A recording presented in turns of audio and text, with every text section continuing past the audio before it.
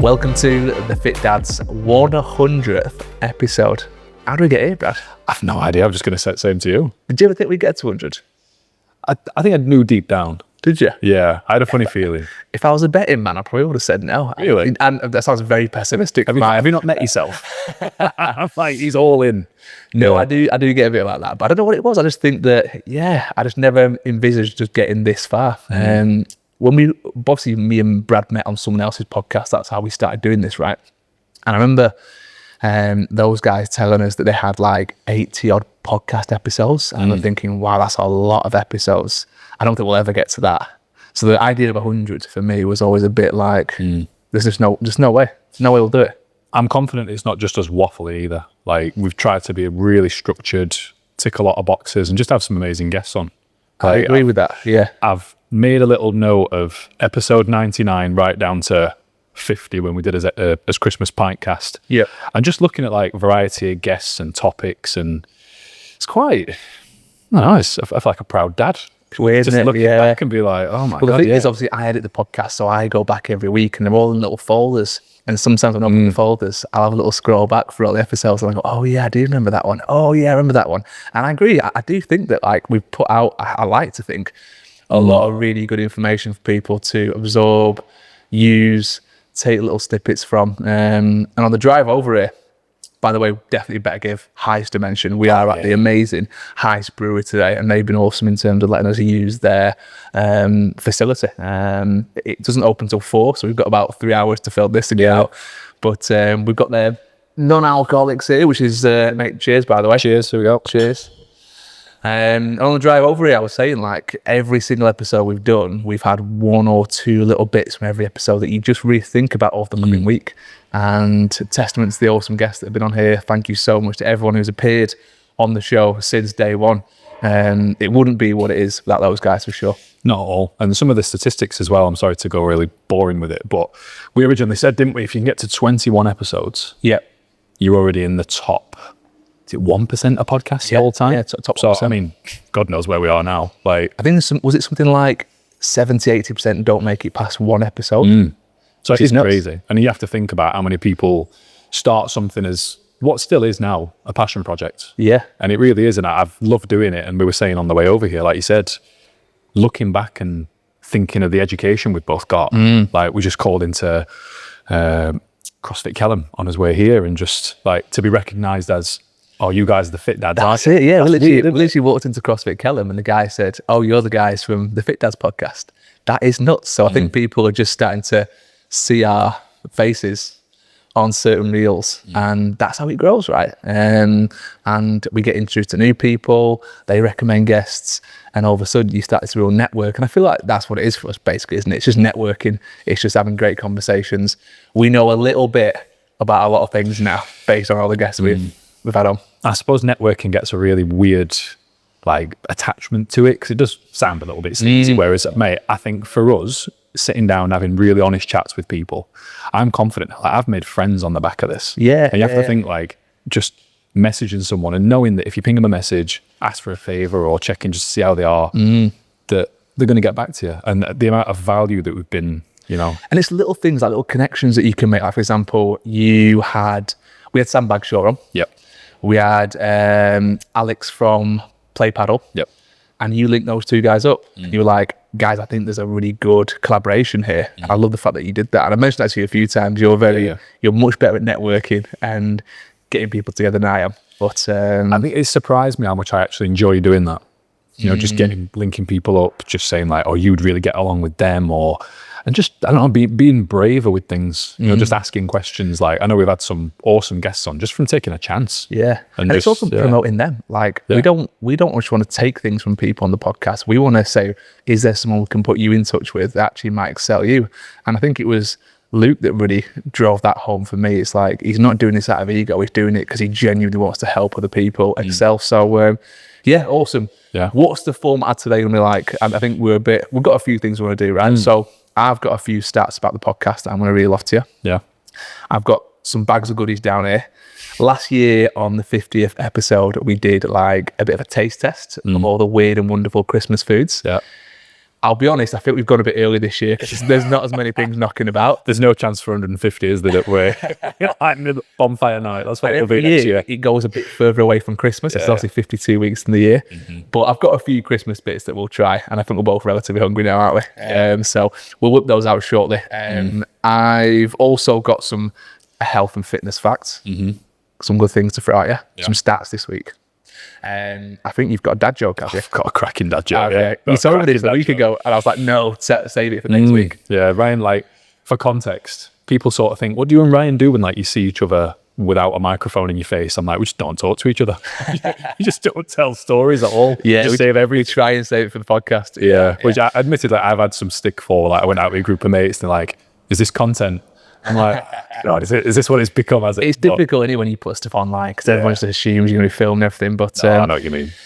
Should we get in some stats about the podcast? Let's do it, mate. So let's start with our top cities for listeners. Number 1 is London. Shocking. We're big in the Apple. Shocking Apple. We are Sheffield, where we are now, is number 2. How's that happened? It's nothing number 1. Come on, Sheffielders. Leeds is number 3. And Manchester, number 4. Is it? Yeah. I'm surprised with Leeds. I'm not thinking happening unless there's I know from Leeds. It's basically the same place, isn't it? Leeds and Manchester. But we're global, Brad. We're global. We're global. Do you know some of the weird countries that we've been in? Let's do it. Australia. Yeah. Germany. Canada. Ireland. That's not that weird. Mm. United States. Yeah. We're over there. All right. And the weirdest one of all was Philippines. The Philippines. Yeah. Do you know what I wonder with this, though? How many people have got VPNs on? Well, I think I can count for at least 4 of those countries. Because I know people in all of those, and I know they listen. So really, yeah. Wow, yeah. And I'm bringing in the international guest. Do you know what? Right, when you speak to people internationally, they bring a different energy, and I think when they want that little taste of either home or that culture they've experienced before. So yeah, I just got a good point. That yeah. If you were in a different country, listening to people and podcasts from like where you're from just keeps you grounded a little bit. What other bits have I got? Top 3 episodes. Do you want to know what these are? Over the past 100 episodes. Past 100. Can you guess number 1? Probably my intro episode. I think they're the least listened to episodes, those 2. Pass. Number 1 is the Redefined Girls, Liz and Rebecca, part 2. Yeah, that part 2 blew up. The most recent one? That most recent one, yeah. Their community really got behind it. Amazing. Number 2 is Phil Roberts, England's strongest man. Go on. Owner of Station Gym. Father of Station Gym. Number 3 is Mr. Davey Burks from the Ride Companion podcast. I think his audience got behind that a little bit. So, big shout out to all those guys who've really pushed the numbers on. Our biggest audience in age range is 35 to 44 with 28.3% of listens. Followed closely by 28 to 34-year-olds, which is 26.9% of listens. So basically between kind of 28 to 44, which is parents, essentially. Parents, guys who train, guys like us, guys and girls like us, which leads me on to the male and female split. 57.2% are men, 39.4% are women. Fair. Right. I think we expected that, did I'm actually really happy with those numbers. Because when we first started calling it the Fit Dads podcast, we were a bit worried that it was going to be all blokes. Yeah. But we've had a lot of really key influential mums and women on, and that's really boosted it up. So I'm glad the mums are getting behind this, because we want it to be for parents, right? We don't want it for dads. And just anyone who trains, anyone who's got kids. I remember saying to you, like, when you first put that sort of name forward, because do you remember that brainstorming process we went through? We're like, what we're going to call it, what we're going to do, who we're going to talk to, who's his audience. Yeah. And I do feel like it's really diversified into, we can take it in whatever direction we want, because I think there's a lesson in everything. And we've had guests on who aren't parents, but you look at it and you go, actually, there's probably a lesson there that you can pass on to your kids, or that you can take to pass on to your kids. And that's always been the ethos. Like, you don't have to be qualified in the form of being a parent to come on, and if you can add value, you can add value. And even if like you've got siblings, like you might be 20 odd and you've got a teenager as a sibling, or you've got someone who, you know, a relative, cousin, nephew. It is really kind of, you know, it's across the spectrum, isn't it, the advice? And what would you say is the best moment for you on the podcast so far? Best moment? I've tried to give this a lot of thought, and weirdly, like we mentioned about format, I've got some 5x5x5 reflective questions. I basically put 5 questions to look back, 5 questions about the present, and then 5 questions for the future. Some would say ghost of Christmas, past, present, and future, because I'm a nerd. Reel them off, mate. Let's have a listen. And a very similar help to you is like, what are the 3 moments from the first 99 episodes that challenge your original vision of the show? But in terms of like favorite episode, favorite guest, I've really, really enjoyed connecting with a lot of people and just, again, being able to share not only information, but personalities as well, because we know some really amazing best kept secrets. And I'm torn between my 2 favorites, which I originally said Ollie Newton in the first like 50 that we did. Ollie's still like, I can message him now at the drop of a hat and he's there, which has been absolutely amazing. I really connected with Sam Bagshaw. He seems like good lad. He's just got such an inspiring message. And I sort of know if something hits me hard, because it makes me a little bit upset. And when I heard about some of the things he'd gone through, I can feel it now. Like Amy messaged me yesterday, my wife, just to say like, I've just spoken to someone on the phone who had a stammer and I were really patient. And it just got me thinking about Sam and the amazing like bravery that because I guarantee not everyone's going to be as patient as my missus on the phone. And I also really, really enjoyed connecting with Luke Horton. I've admired his work for a long time. So to actually sit down with him, and I remember saying when he walked through the door, he was just like one of the lads. He was just a mate. And I'd like to say that sort of maintained, and it's just great to definitely connect and to do that. Luke for me was a big one. Like I went on his charity hike, and we just got chatting about all sorts of different stuff. And I want to try and do some more walks with him. He's just a really good sound all rounder, great business, good ethos, wants to help people out. I can't not mention Kate Cross. I think that was awesome. Just in terms of being down at Old Trafford cricket ground in an amazing environment. Someone who literally is being interviewed by big media outlets throughout the world, and we've got her for 90 minutes. Do you know what I mean? Trying to think who else. It's been so many. It's so hard to choose. There's not one guest I've had on where I've taken something from it. So everyone's brought something to the table. The worst moment for me on the podcast has to be when we messed up the audio. Oh, with Shane Nugent. Yeah. For guys that didn't listen to that episode, and I don't blame you if you didn't, because it was crap. It was our fault. We messed up massively in terms of I wonder what it was. I think it was internet, wasn't it? So with the whole episode, got to the end, it hadn't gone through on Riverside, which is the software we use to record. And we've got this Olympic level nutritionist absolutely dropping knowledge bombs left, right, and centre. I left that chat going, oh my God, they're going to love this one. And then went to the audio, no audio. That was a real turning point for us though, because we had to really address like, there's some issues here. If anything goes wrong, what do we do as like a fail safe? And those fail safes, I think, have really saved us on a couple of occasions. But we don't get to 100 episodes without making some catastrophic errors. And we've made a few of those, haven't we? Definitely. And I think the key word that sticks out for me, and this is a fairly sciencey term, so I'm sorry to bring the mood down, but iteration. And I think there's a lot to be said about if you can iterate your decisions. So like when we've messed up, I guarantee we've both beat ourselves up. I always think, could I have prompted that better? Could we have prepared like a backup? Like for the viewer's sake, we've literally got 2 cameras.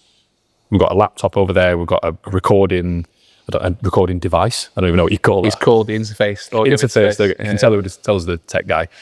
But and you just have to accept. And I think there's a big lesson for life there, and a lesson for parenting, which is you're going to mess up, and just what you do next that's important, which is But you learn, you adapt, you grow, you get better. Lessons for life. Do you want a health and fitness fact? Let's do it.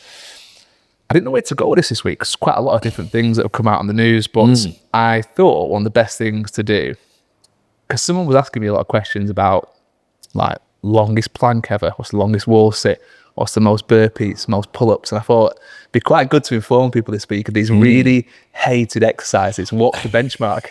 Not that anyone's ever going to get near this, by the way, because they're ridiculous. Is this a challenge? It is a challenge if anyone wants to take it on, but I wouldn't recommend it. Longest plank ever. Who do you reckon that is? Who? Oh, it's not who. So, how long? Oh, who? Probably an American. No. No. I don't know why. I'm sorry to all those Americans. He's from the Czech Republic. Oh, okay. Couple of hours, I reckon. I mean, hours. Yeah, we're in hours. 2.5 hours. 9 hours, 38 minutes, 47 seconds by Joseph Salek, Go on. Czech Republic. 9 hours. That was on May 20th, 2003. So he's had that record for a few years now. Wow. Longest female plank was by Donna Jean Wild of Canada. 4 hours, 30 minutes, 11 seconds, March 21st, 2024. I feel like I need to see this technique because everything needs validated. Yeah, if you see them, the position they adopt is quite rounded in the shoulders because I think it puts less pressure on the lower back. They get quite rounded in that upper back, but it keeps all the tension in the abs. How do you find out you can do that? You probably just go to like class and realise I can hold this for an hour and no one else can hold it for like 30 seconds. I'm thinking like no internet, middle of nowhere. For me, do you know what is one thing? It's the shoulders for me. Every time I do a plank for like my max, always the shoulders that give out first. That's a full working day, to be fair. It is, isn't it? That's Yeah. full working It's a day. full sleep. Imagine going to bed. Yeah. He's still there in the morning. Yeah. That's mad. Wall sits. What's the longest wall sit ever? Longest wall sit. I've seen you wall sitting recently. I feel like you're going for that, aren't you? I did do a wall sit. I've introduced them back in now. My knees are a little bit less dodgy. Again, probably a few hours. Go on. Give me a guesstimate. 3.5. 11 hours, 51 minutes, 14 seconds. Thiena Ho from Vietnam on the 20th of December, 2008. She's held that Still record. not been. I love records like that. Yeah. You know, and it's like, reminds me of Jonathan Edwards doing triple jump. And no one's ever beat it. 20 years she's held that. It's nuts, isn't it? And considering like the boom in fitness culture now, I wonder why no one's ever tried to beat that. Oh, well, maybe they've tried. Must Just, have, surely. I mean, it's probably a Fair play. reason. It's probably impossible. Sounds boring. Yeah. Burpee world records. I thought this is obviously one of the most hated exercises. It's got some of the like ridiculous feats in burpees. Okay. The most chest to ground burpees in 1 hour 1 hour. for a male. What do you reckon that is? Oh, let's have a thing. You're not doing one a second for an hour, are you? Well, not like two, like one every 2 seconds. One a second is impossible. One. What are you saying? One every 5 seconds consistently. Okay. So you're talking. Right. This is how I show how shit I am at maths. 12 every minute. Times by 12. Well, I can break it down for you. In 1 hour, you got 1,078 burpees. That equates to a burpee every 3.3 seconds Jeez. for an hour. If you know anything about burpees and time frames, to do it around 3 minutes is quite an elite level. Yeah. Like 1 every 3 seconds is really good. Yeah. And if you can keep that up for a minute, you've done really well. So do it every 3.3 seconds for an hour is insane. Yeah. And when you get really tired with burpees and you get this like weird worm thing going off, I suppose you can't do that at that pace. That sounds like chest floor bounce. I'm convinced. I'll give a big shout out, by the way. Juan Martinez of Colombia, February 2005 this year. Go on. I'm convinced he's got to be about 3 foot. Yeah, he ain't even over 6 foot. 6 foot aren't doing that, are they? He's not doing that. It's too far. Too many legs and arms flailing around. Let's have a look. So there's another one for burpees. How many do you reckon someone's got in 24 hours?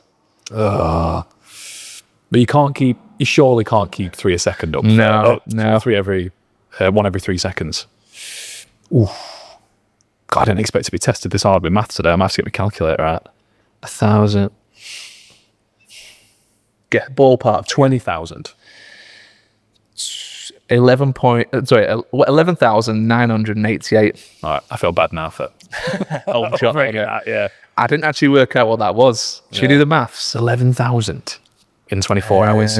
Where's my calculator on here? I reckon Ted could come for that record, you know. Do you reckon? Because Ted's like, he's always up and down. He's like bouncing off at the floor.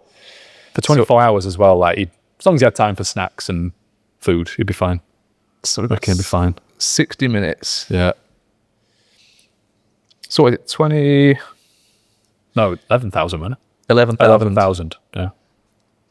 How many seconds? We've been breaking it down to the seconds. Like you do an hour. So we got 60 times 24. Yeah. Somebody's probably listening and worked this out already. I know. Which is insane. So 1,440 hours. Divide that by, or times that by 60, which is the seconds. Right, and we'll divide that. Is it bad that I just thought of an easier way? I think this is right. Hold on. This will be worth it because somebody's So going what's the to number? attempt this. Just in case you wanted to, the number was 11,988. That's tight. So divided by 11,988. It is every 7.2 seconds. That's a good effort. Still good, isn't it? Like, fair play. Yeah, Still that is really good. That is banging that. And you'll probably have to do it that way. Yeah. Like, do one, count, wait for 7 seconds, do one. That's not even slow and steady pace, though. Because that's like, when you get tired doing burpees, you just want to lay there and die. Well, think about you're 8 hours in. Yeah. He's in 11 hours, nearly 12 hours. Do you know what? We did a 24-hour challenge a couple of years ago. I've done two, actually. 2 24-hour. We did like a class every hour on the hour for 45 minutes. We had this like 15-second break. Ended up doing 24 of them in 24 hours, obviously. And it's a weird thing that happens. I don't know if you've ever done anything for 24 hours, like fitness related. Haven't we got that thing coming up? Someone's invited us to yeah, do. we have. Yeah. Can we talk about this? Um, I don't know if we can yet. can we not? I don't know. I don't want to dob him in just in case. Well, let's just say we've been invited to do a 24-hour challenge in teams. It's a format, and players are going to. I'll give you some ideas, but we won't tell you exactly when it is or who's doing it. So basically, he's got a lot of these close friends, family, contacts involved, people who are into kind of training, and there's going to be teams, and every athlete is going to be raffled off. And I'm not sure what happens if your team wins. Maybe. Is it like gambling? You gamble on a horse and you get your money back? Maybe. I mean, it sounds bad because when said contact said we're going to be like auctioning off PTs, all I thought were pimp PT. That's all I thought. I'm like, we've been pimped out here. Yeah. Turning up in a dicky bell and pants that rip off quick. Yeah. World record for pull-ups. It's Goggins. Well, who was it? It's Cameron Haynes, his son, Truett Haynes. He does random stuff in jeans as well. Yeah, he runs marathons in jeans. Of course, and he's got a ridiculous time. Like runs like 120, 115. No, Jesus Christ. Not number 120. That's half marathons. What does he do? His marathons. I think he does marathons in about 2.5 hours. In jeans. Nuts, isn't it? Fair play. So he was a world record holder for the most pull-ups in 24 hours, but he recently got beat by a guy called Oh Johan from South Korea. And the record now stands at 11,707 pull-ups. Mad. Absolutely mad. Madness, isn't it, that? Absolute madness. That's a one pull-up every 7 seconds. That's what that equates to. Again, how do you figure out you can do that? Do you go, quite like pull-ups? I reckon I can drag that out over 24 hours. I think the way I actually watched a documentary about Truett Haynes when he did that record. I think he basically did as many as he could, had a little pause as many as he could, and then obviously that went down over time. But his hands afterwards, his hands were like elephant man hands. They were completely swollen, blown up, all sorts of tape on there. I remember seeing, I think we spoke about Ross Edgley on pod before, haven't we? Have you ever heard the story of Ross Edgley when he's doing the Everest rope climb? Yeah, he goes down the rope the same distance as Everest. Have you heard the story when he drops down and he feels like he's landed in water? You've not heard this? No, what? So he says he's climbing the rope and then he drops down. He says, I feel like I've just landed in a puddle. And I'm like, that's weird. I've still got my shoes on. Take my shoes off. He's had 2 massive blisters on the bottom of his foot and they've just burst. Whoa. As he's landed, so he's like, well, strap them up and carried on. He is savage, isn't he? He is savage. This guy also swam around the UK. The only man ever to swim around the UK. Professional swimmers have tried it, have failed. This guy looks like a fucking bodybuilder, doesn't he, basically? Ross Edgley is an absolute machine. He is a machine. He's also just swum around, is it Iceland? No way. I think he's just swam around Iceland. Or was it? I think it was Iceland. It's one of the Scandinavian countries. Wow. And imagine the water out there. Yeah. Iceland's quite a good shape for it. Do you know what I mean? It's like, it's not quite a circle. But Ross Edgley also pulled a car for a marathon. That's did it around Silverstone. World's strongest. I think it was a mini on his back. Yeah. That's insane. Back to pull-ups. Most notable records include most pull-ups in 1 minute, 77. 77 pull-ups in a minute. Must be like a blur. How do you get up and down quicker than a second? Again, not being 6 foot. Yeah, probably. I guarantee. Most female, the female record for 24-hour record. I'll start that one again. Try again. Female record for pull-ups in 24 hours is 7,079 by Olivia Vinson. Go on. Doesn't actually say where she's from. I'm sorry, Olivia. Sorry. But nuts. Nuts. Big fan of that. So that's the health and fitness stats for this week. Love it. Um, Not a dad joke. hit me with a dad joke, mate. Should we do it? Right. I'm excited for this one because I could fluff my lines, so I'm going to talk slowly. But just want to say RIP to a friend of mine. His wife sent him out to get some sewing thread, but he ended up in the pub all day. Gone, but not for cotton. Oh, It's bad, isn't it? bit close to the end, that one, isn't it? Oh, It's bad, isn't it? And here we are in Heist. So gone, but not Here we are. You can have that one, lads. You can use that one. There we go. Opening around the pub, no in front of you, missus. no, Sure. he's on for you, Mr. Sure, you can have that. Can have that for nothing. There was some other news, actually. It's something that I wanted to kind of go over, because we've obviously done quite a lot of chat about AI recently, right? And I saw a headline that said that a lot of the big investors and stock guys are shorting AI. Do you know what shorted is? Shorted. Shorting. Shorting. No. Shorting. Shorting. No. If you're shorting something, that's with mancack, something like that. Shorting. If you're shorting it, mate, you shorting it. I'm shorting it. You shorting it. If you're shorting something, Yeah. you are basically betting against it. Okay. So there's do you watch The Big Short, the movie? I think so. Is it Christian Bale? Yeah. Yeah. He played the character. Well, the character was that was played in the movie was a guy called Michael Burry. Okay. And he was big time investor, and he saw the housing market crash. Well, he saw this crash years and years in advance, and he put everything he had into it failing. And then when it did, he hit the big time basically. And they made a movie about it because he was the only one really predicting it. Him and a few others. Okay. This same guy who predicted that and was, very, very right against everyone else's idea that it wasn't going to go. He's now shorting with a G. Shorting. He's shorting the AI bubble. He reckons it's not going to last. He reckons it's a bit of like the .com bubble that went in the early 2000s, late 90s. He reckons that it's all going to be the same for AI, which is nuts because I think I've read a stat here that the big companies, the big tech companies, have spent over 3 trillion on AI data centers, 3 trillion on investments into making AI bigger and better. Wow. That's Google, that's OpenAI, that's all the big players. So you got one area of society investing a lot of money into it, and another area saying it's going to fail. It seems really like polar opposites at the moment. What's your favourite part about AI at the moment? My favourite part? Favourite thing that it does, whether it's data capture. Because I've got quite a niche thing that my mate sent me the other day, which is Pokemon in real life. Pokemon in real life? And they do like David Attenborough style documentary. It's so good. So good. Well, I told you about the Yetis, didn't I? Yeah, Yeti's like... off the face, tits, basically. Yeah. The new one is Ronaldo. Have you seen these? Yeah. Ronaldo in Scotland. Just begging for sausage rolls I've seen. Over the top zoos everywhere. Yeah. I've seen for some reason the Scottish are doing this and they're getting him in like a Scottish accent. I think he's always homeless as well for some reason. Yeah, he's always homeless.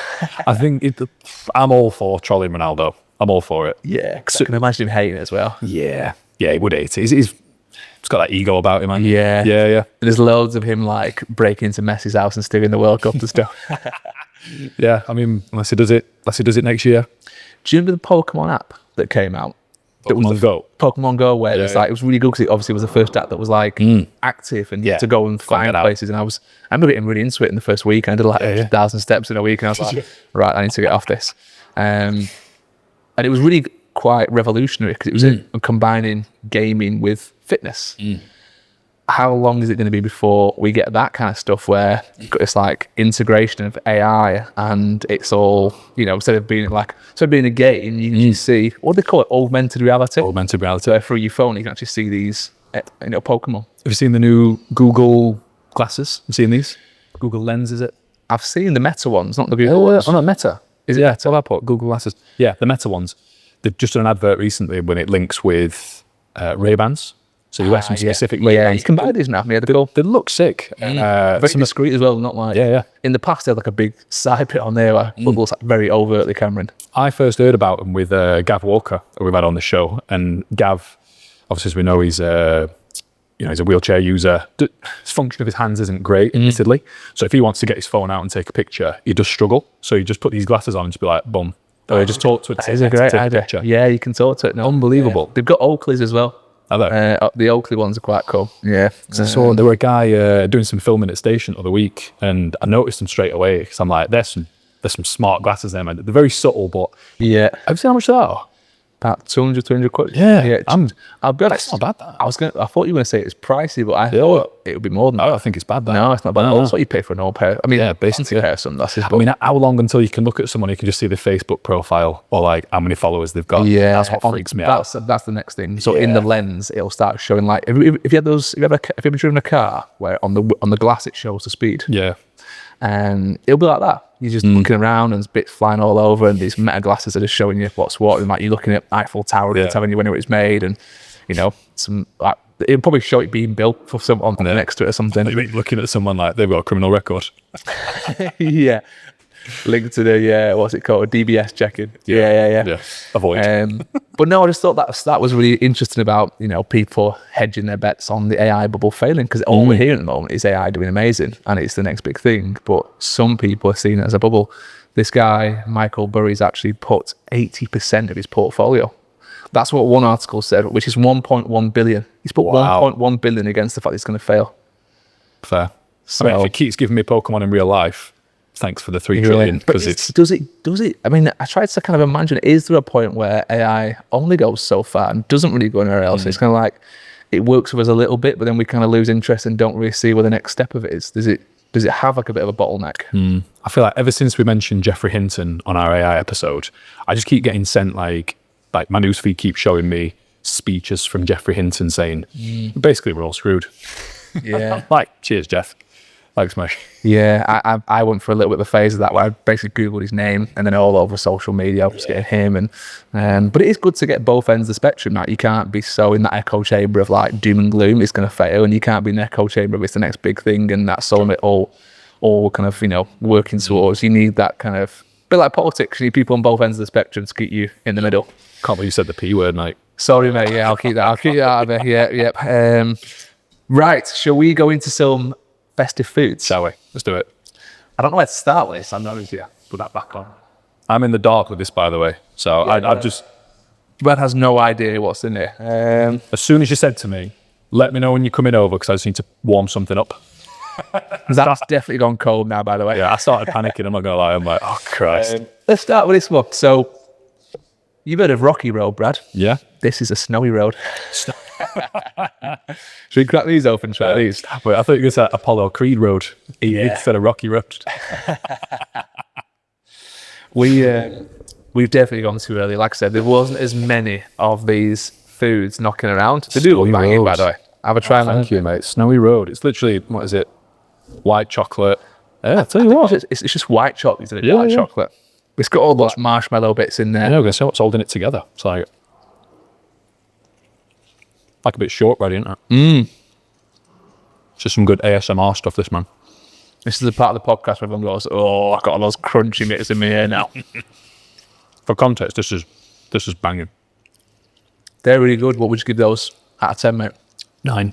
Solid 9. I go an 8.5. Would you? Yeah. I'm very easily pleased with sweet stuff, I'm not going to lie. Yeah, a lot of the when I was going for the supermarkets for these, a lot of the stuff that's in boxes, packaging is already out. I don't think they're bringing out a lot of the other stuff just yet because it's maybe a bit too soon. People aren't stocking up for Christmas.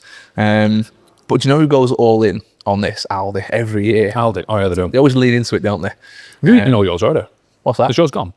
Yeah, eating it. Oh, mate. fair. Right. That was... I'm savouring. Dad, I'm not messing about, mate. I told you I'm hungry. Right, putting those back down. They're amazing. And where are they from? I'll put these on here. These are Aldi, by the way. They're from Aldi. Oops, remind me whenever.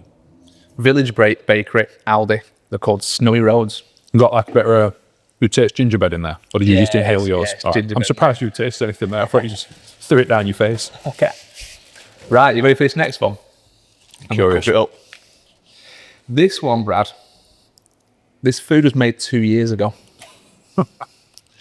Right. 2 years ago, this was made. Does it contain milk? Well, you'll know what it is when I show you. Okay. It's a 24-month age Christmas pudding. Okay. All right. Now, I've heard about them being made like Christmas before for the year after. I never heard about a 2-year one. I don't know what to expect here. Do you want to try this or not? I think we can try it, yeah. I mean, it's sold as an actual food product, so it must be all right. How much brandy's in there? Do you have to warm this up? I think... Let's go in a little part. I think you've got to warm it up. Yeah, I think maybe we don't open it, mate. Oh, hold on. So you get stuck in with your fingers? No, we can try a bit of that. I could. Yeah, we Just can get try stuck a bit in of with fingers. that. I've got a fork. Oh, I mean, you're so organised. Mate. Yeah, oh, don't worry about me. I've come prepared, pal. You're so organised. Right, we get that fork out of there. Can I just check some ingredients? Because I'm that weird. I'm not weirdo about it. Oh, yeah. Yeah. What, I'm just going to test you about calories and all that fun stuff. Yeah. So, in this Christmas pudding, main ingredient, right, is Christmas. No, it's not. It's fruits. Go on. Where are we? Calories. Oh, here we go, mate. It's a bit tough. So this is 100 grams. Do you know what? I'm pleasantly surprised by that. Do you want to have a guess? I've split all that, mate. How many? Do you want to guess how many calories are in this 100 gram Christmas pudding?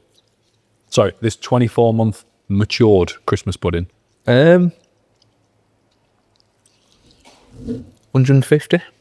Oh, 320. Is it? You went a bit. sorry. Yeah, A bit too far there. I expected it to be like 600. But thank you, mate. Let's have a look. I'll be honest, I'm not a massive fan of Christmas pudding, but that's actually all right, to be fair. That is quite nice. Wow. How much brandy's in that? It's got a little bit of a kick on it. How much brandy's in that? And How is brandy not the second ingredient? enough to get me pissed after not drinking for a year. No, that is very tangy. That very fruitful, isn't it? Yeah.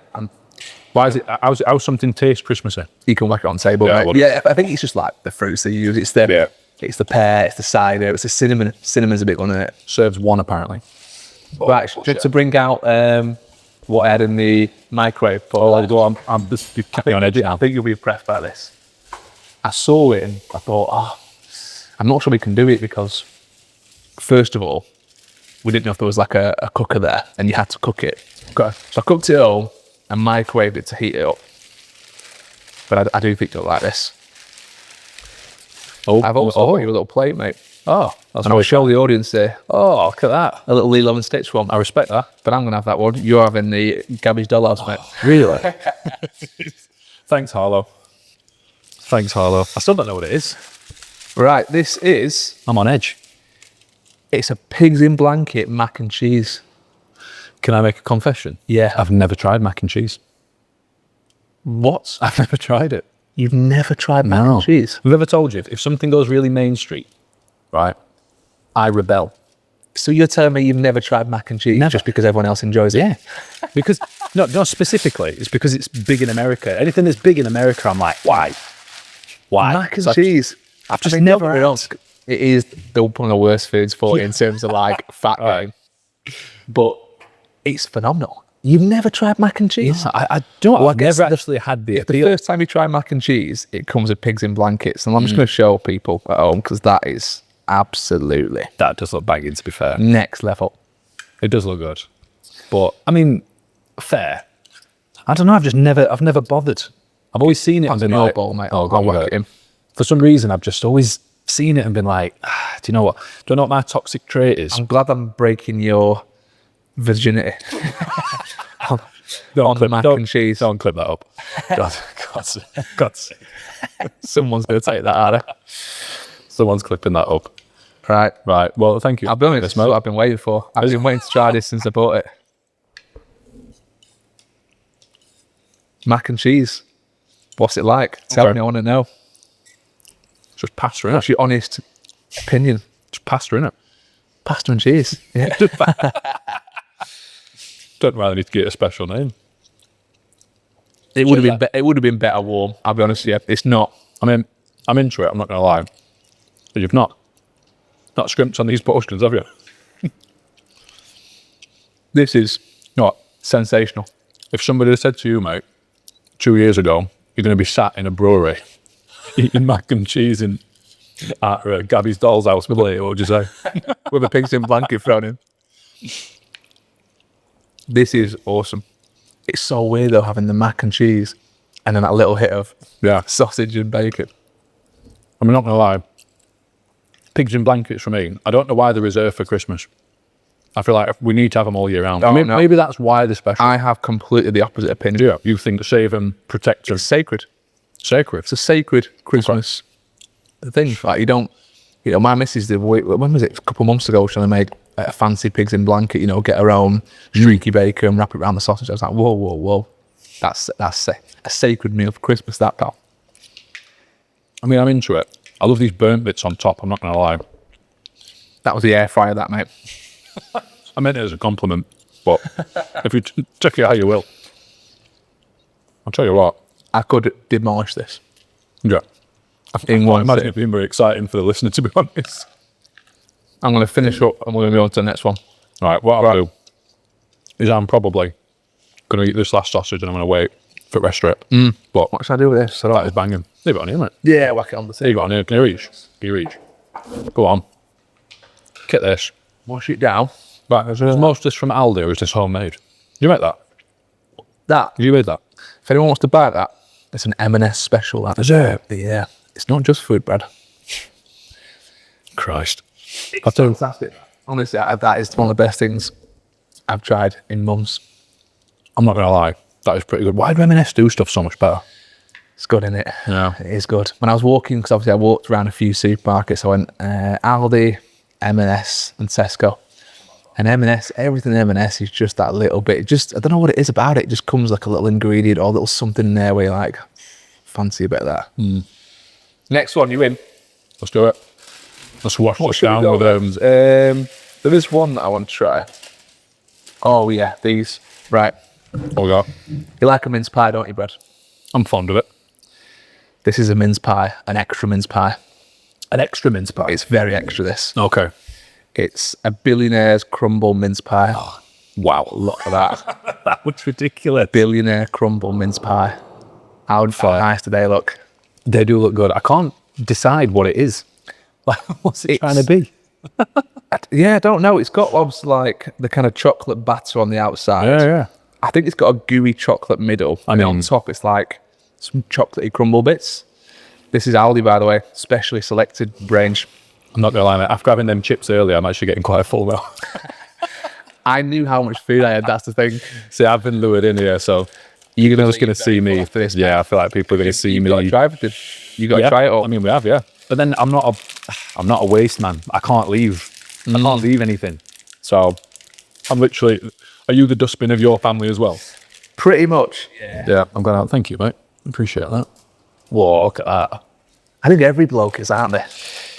Yeah, I mean, me. Pizza brownie, you'll have it. Basically, yeah. But it's like my nan said to me. I went to see her last week, and she's like, "Every time I see you, you're eating." I think she's right. Right. Again, it can't decide what it wants to be, but I like it. This is like something where, oh, I'm getting stuff everywhere. This is like, when you're like 10 years old and you're in the kitchen just trying to find something to eat and you just scram loads of stuff together. Like, I wonder if that works. You're right. It's not what I expected, It's not. No. I'm making a proper mess here. Basically, for the viewers, what they've done is, like the pastry on the outside, they've just thrown some chocolate cacao powder in there, aren't they? And so it's a chocolatey kind of pastry on the outside. It's like a shortbread, isn't it? Well, not even shortbread. What do you call it? Like a chocolate shortbread. Yeah, a little bit. It tastes more shortbready. But in the middle is the usual filling. It's the mince pie filling, isn't it? That tastes really nice with What? custard. Yeah, it would. I was just thinking as you said it. I'm not gonna lie. Some clotted cream. I feel like I could put custard on most things. Dunk it in. Yeah. Oh, dunked in custard. Yeah, isn't what I expected that. I'm not going to stop for eating it though. I've bit off too much now. I feel like I'm rushing it. Again, have you just rammed all that in? Oh no, you've not. You've saved a bit. Got a little bit here. Next one. What we got? We'll go next. These are a bit novelty. You might quite like these. Turkey drummers, but they're actually in the shape of a drumstick. Yeah. I They're respect that. basically crisps, in the shape of turkey drumsticks. Actually, almost like a 3D printed. Yeah. I respect that. They remind me of them. Do you remember Doritos 3D? Them ones, almost like a cone. Yeah. Yeah, very much like that. I'm glad you're not bothered about eating sweet stuff and then going straight into savoury. No. Also, That. 3D. reminds me of my nan's knitting that. That's pretty funky. What do you call those guys on front? What are they called then? What's the name for Nutcrackers? Yeah, little nutcrackers on front. Where are they from again? They're Aldi, Snack Right. Tesco. Tesco? Yeah, Tesco Snack Right. Tesco then. Oh, no, sorry, no, it isn't. It's Aldi. You're right. It's sad. It is Aldi. Isn't that sad how I know? I thought it was. I've been so many in the past few days, mate. Snack Right is Aldi, isn't it? Yeah, you're right. Isn't that sad how you know? It's like The brand. suddenly you know the brand of clothes for per supermarket. Right, I was running out of space here, mate. I'm going to start putting these behind here, I think. Right. I'll tell you what, mate. It's all right, though, aren't I'm they? into them. As a nice little snack. I'll send you home with some of these, by the way. Because you can have some for like Ted and that. Well, Yeah. let me wire you some money as well, because Oh, mate, don't be silly. Don't be silly.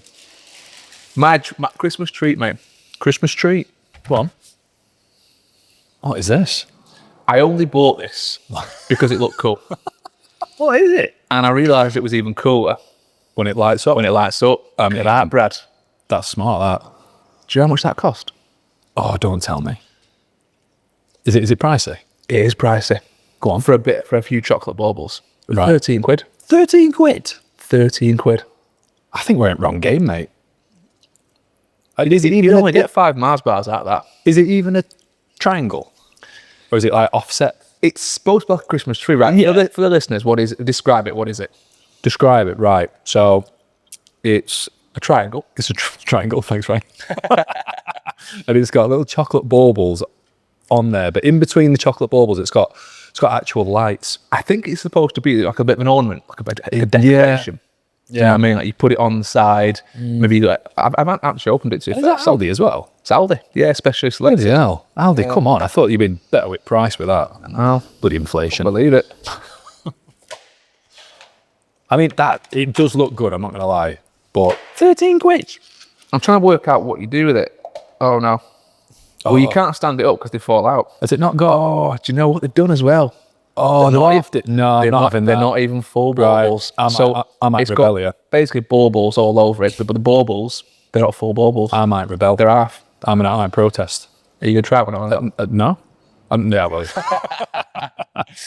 Get it down, It reminds me, do you know at Easter time, have you seen new Easter eggs? Oh, yeah. They're shit. Yeah, they do. They're like... No. Well, Look at that. Why Do you know what? not? I only know the Easter eggs because I went to Waitrose to try and get me mum and dad a fancy one. And they have these stupid ones now where they're like flat eggs. And they've got all decorated in like pistachios and different liqueurs and stuff like that. Very good. I thought it was solid chocolate, so I've just nearly spilled it everywhere. Oh. Where it's gone. Very nice, actually. Do you know what would make them better? But we're a full circle. I know. Do you know what, right? Did it tell you the flavours on the back? There's a market. Oh, they're different flavours. So what did you have? Which one? I don't know, mate. I think there's a gold one, which is milk chocolate and salted caramel. Ooh. I've had the blonde one. That's definitely salted caramel. Oh, mate, that's what it is. It's basically a Biscoff. Try this one. It's Biscoff. Thank you. It's nice, that. I mean, I'm not going to There's a lie. purple bauble, which the purple one is milk chocolate ganache. That does sound good. I'm not going to lie. Right. Biscoff is the one. It's good, isn't it, that? Anything Biscoff. Is it worth 13 quid, though? Do you know if it were a full bauble? Maybe. I think there's a market there for half baubles. If you're going to play that game, Aldi, I'm sorry. We might never get an Aldi sponsorship now, mate. That's long gone. Having said that, they might have stuff with review to theirs. That's what I mean. On the, I'm asking, no mind. But do you want one? Go on, have one. I mean, more. you know how much. You know you want one. What have I not had? I've not had that one. It's £2 per bauble, mate. Out. Mate, I mentioned Christmas market on Sunday. That ganache one's nice. This is Christmas market prices, this. This is ganache. Ganache. Go on.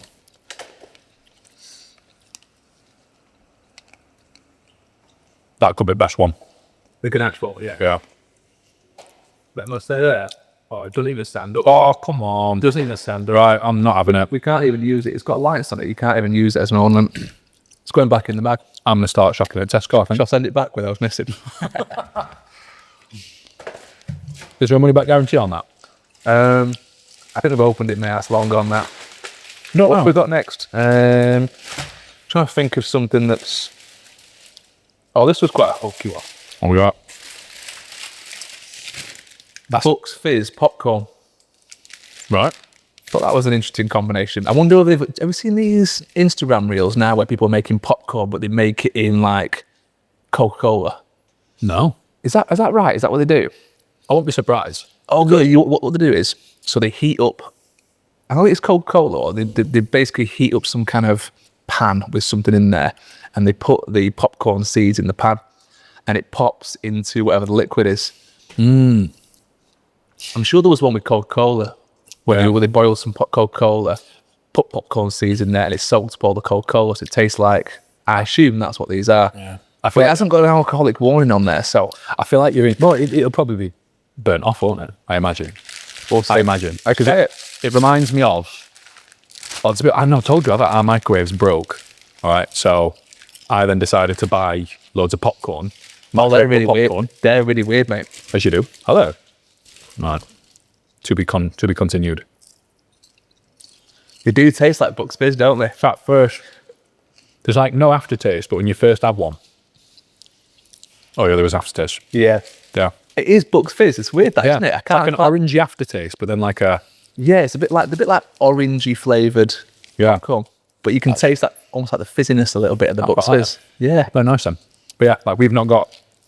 Our microwave broke ages ago. I remember when it happened because I put my dinner in it. It were buzzing and turning around, and then I come to eat it and it was just stone cold.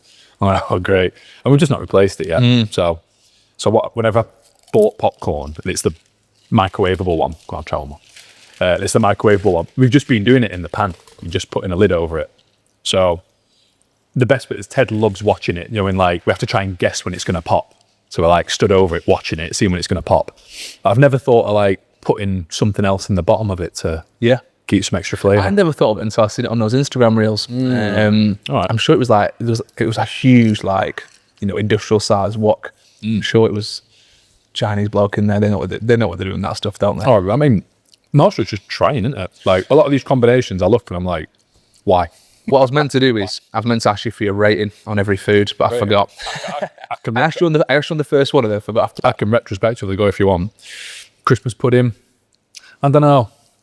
Probably give it a 7 just because it talks a big game, doesn't it? Yeah. 24 months. I'm just not a matured Christmas pudding fan either, so for me it's like a 4 out of 10. That. Yeah. All right. Mac and cheese. See, this was a big one for me. Be honest. Did you like it? Be honest. Did you like it as much as you thought? Yeah, I liked it as much as I thought I would. It's probably a 7. Yeah. Okay. I expected it to be. Yeah. It's 9 for me. That is it. Maybe even a 9.5. Yeah. I wish I'd given it to you when it was hot though, because cold mac and cheese just doesn't have that same kind of kick. Would that boost it up to an 8 for me? It definitely would. And then the bauble, all right, the bauble one from Aldi, this one that lights up, 3. Just purely based on the price. That price, design, like unpractical. Yeah. Like looks mint. You get that little like, oh, that's good how it lights up, and then that's it. It's all downhill from there. Tastes good. Like, yeah. It's a bit showy, isn't it? What else have we got there? What about the Billionaire's Crunch mince pies? If I could add custard, they said curry then. It's funny you mentioned that. We've got some curry flavoured stuff in a minute. Right, okay. I don't know. I'd have, it reminds me of being like 10 years old, raiding cupboards and just ramming stuff together. So probably 8. 8 out of 10? Yeah. I thought it was a 6 for me. Oh. Yeah, I could eat. Do you know what would make that better? If it was a bit softer, it was a bit hard for me. I felt like with a normal mince pie, when you bite into it, it's quite soft. The pastry's quite soft. That's quite hard, isn't it? Yeah, I don't mind that. It reminds me. We sound like right food critics here, by the way, don't we? I mean, the buttery biscuit base. Yeah, I'd say probably 4 out of 10 for me. Did I say 4 or 6? What for what? Which one? The mince pie. I think you said 6. I think you gave this Christmas pudding a 4. 6 out of 10. What's the That's just the plate, isn't it? Yeah. Bucks Fizz popcorn. What we should give that? I really like that for novelty. So again, I'd probably go 8 for that. Yeah, so they're quite moreish, aren't they? I'd say 7 out of 10 for me. Turkey drummers. Turkey drum. I felt it passed me by a bit then, which is not a good sign, is it? Yeah. I think for the kids, they're quite good. Yeah. Kids would like it. Yeah. Good snack for the kids. Extra points for novelty, I think. Yeah. Just because they're 3D art. I'd give it 6 out of 10. 6.5. I'd do 7. 7. Oh, yeah. No. I'd say that. Speaking of curries, which one was it now? There's one in here that's a bit funky. Oh, it's this one. So, it's a very confused crisp, this. A confused crisp. And I'll tell you why. Uh, It's called, well, it's Tesco's Finest. And it says tortilla chips, turkey tikka flavour. right. I mean, there's a lot of nations going on there. It's a very multicultural crisp, to be honest. Tortilla chips, they're turkey tikka flavoured. I mean, Right. I like all those things. Yeah. But combining one crisp, we got Mexican, English, and Indian. Okay. I mean, we'll try it. Yeah, we'll try it.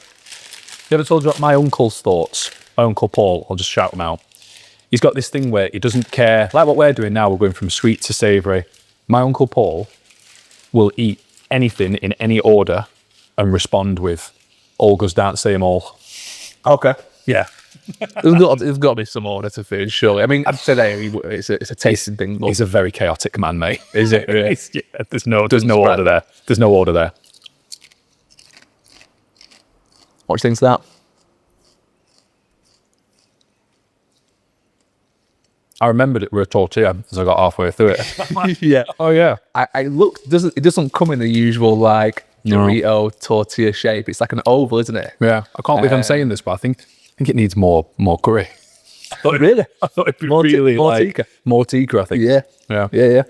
I can taste the turkey though. Yeah, I can. Yeah, They've done well to get the turkey flavour in there. Nothing they've done. Just the tikka. I'll be honest, I'm into them though.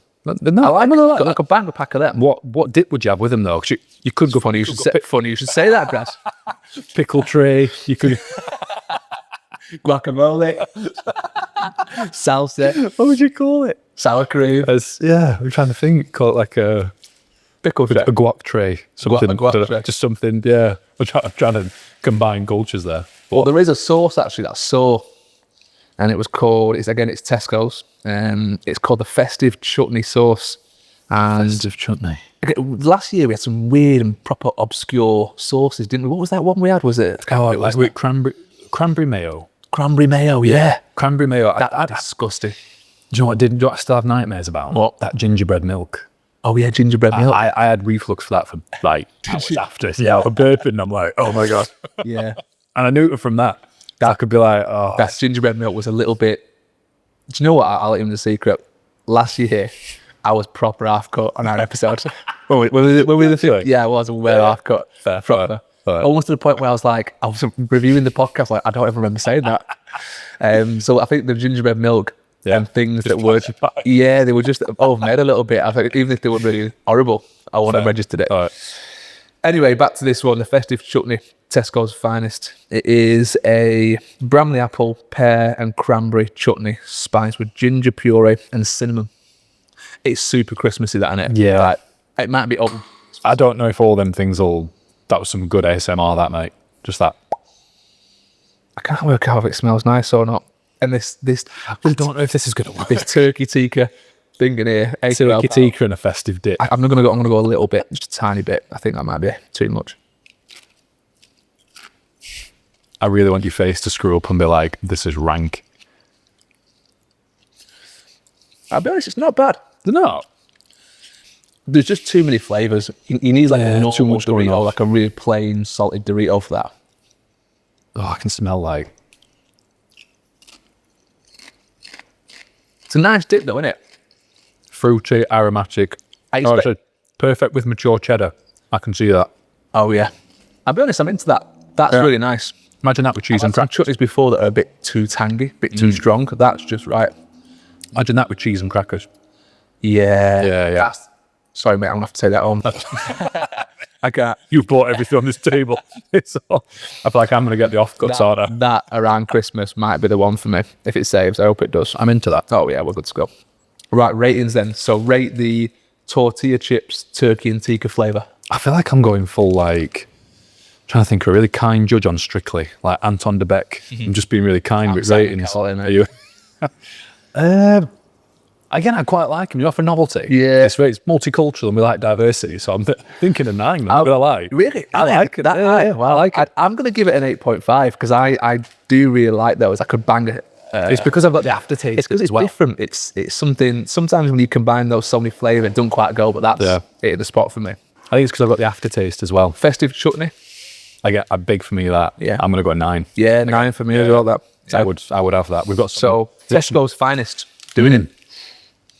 You slowly persuaded me to leave Aldi forever and just gonna. I can't tell you how disappointed I am in that tree. Out though, mate. I mean, yeah, there is that. What else have we got? Well, last year we had some pigs in blankets crisps. Yeah. And they were from Tesco. Okay. This year I've got Aldi's. Okay. Be nice to have a bit of a comparison on it, but you can't not have Christmas without some pigs in blankets crisps. Are they rigid as well? They are rigid ones. Are they? Yeah. So that's a big. I'm unsure. Basically, do you want to share a bag if you want to take a few home? Yeah, go on. Yeah. Beechwood smoked. See, it already sounds pretentious, doesn't it? They've tried to go M&S, haven't they? Yeah, they have.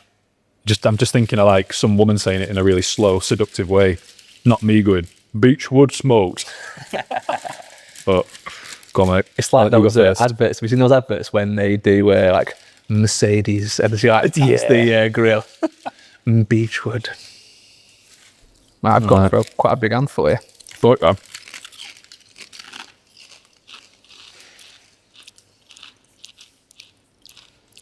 That's weird. I can taste wood.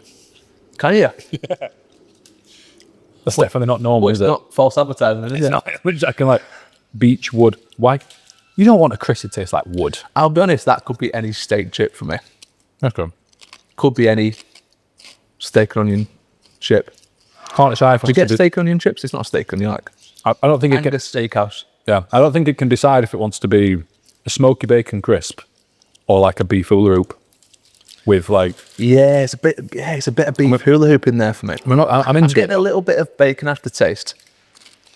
I'll be honest, I'm not that impressed by them. No, I just feel like I'm eating bark, like really tasty bark. Yeah, bit too smoky.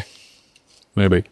I think it's a McCoy steak crisp for me. It is. Do you know what? Do you want to have that on a sandwich? I'll probably get this last year. We'll go well on a sandwich. Because it's like a designer crisp on a sandwich. Out of 10, what you're gonna get?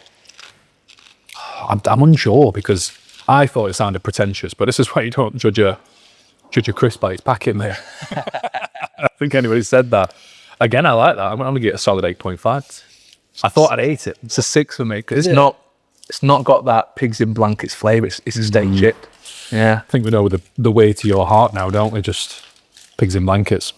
Because you said, Pigs in blankets. I think you actually said the sacred. You actually said them words. Sacred it is. 100%. Sacred pigs in blankets. Okay. More crisp. Just finishing my crisp.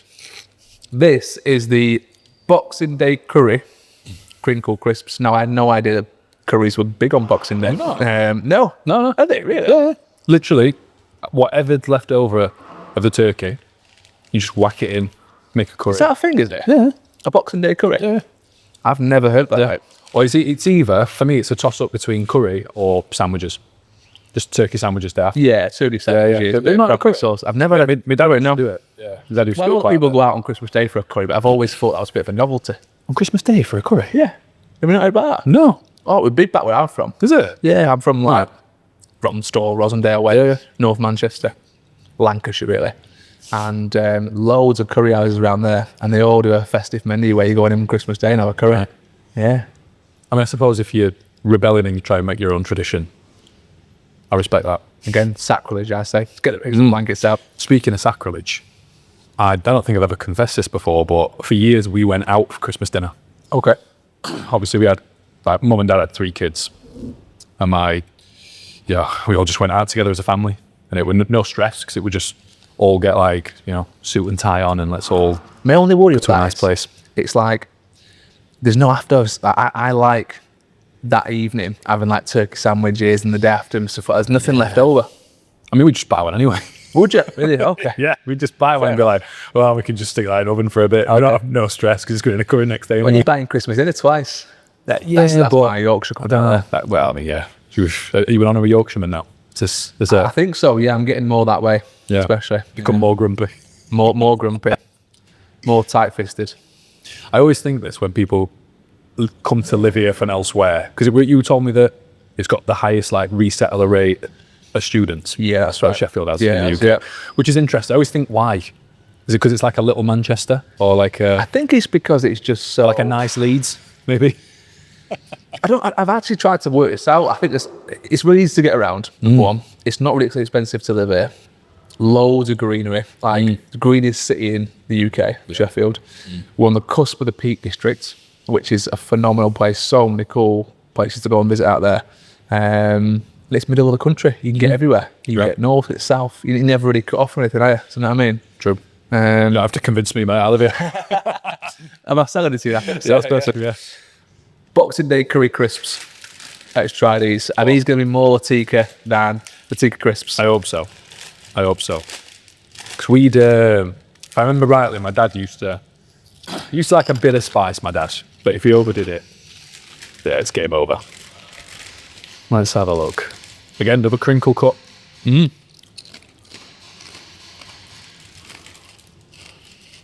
That is nostalgic. That's so nostalgic. It's like fragrant. They're quite nice, Seb, I'm not gonna lie. They're way better than the Aldi ones. But that always worries me about like anything curry flavoured crisp. Is anything that goes that way, it's aromatic. Just tastes a bit soapy sometimes. Yeah, it can do. Yeah, Whereas like, I've got a really weird aftertaste now and I can't decide what it is, but I like it. Yeah. It's different. It's just the right amount of aromatic, that. Yeah. Again, Ooh, how do we know what we're talking about? But our opinion. They're nice, them. I really do like them. Just the right. It's like what kind of curry would you say that is? It's more like a fragrant korma, isn't it? I don't know. Yeah. There's a bit bolty in there. Yeah. Yeah. Tastes very bolty. I'm good 9.5 for that. I'd give it a 9, yeah. Just for solid. If you want a good curry crisp, yeah, that's really they're nice. banging. Aldi, redeem yourself. Get rid of that daft chocolate tree you've got, and stop more of that. Ooh, aftertaste. That's quite. Stays there, doesn't it? For yeah. But it's probably so stuck in my teeth as well. That's going to be so much fun editing this. You just see us two like bits in his teeth and. Right, we've got 2 left. I'm actually now a proper stuffed as well. Yeah. Last 2, mate, I promise. Right, I saw these and I bought them purely because I've never tried this. Tell me you've never tried mac and cheese.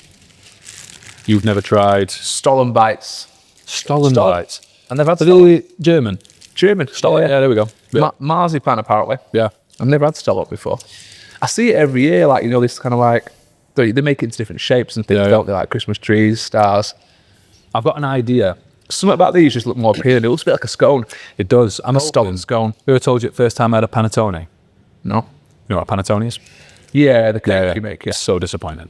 Really? So disappointing. It's just dry and bread in it, like. Yeah. Dry bread. Not what I expected. I'm hoping this is going to be what I hope a panettone tastes like.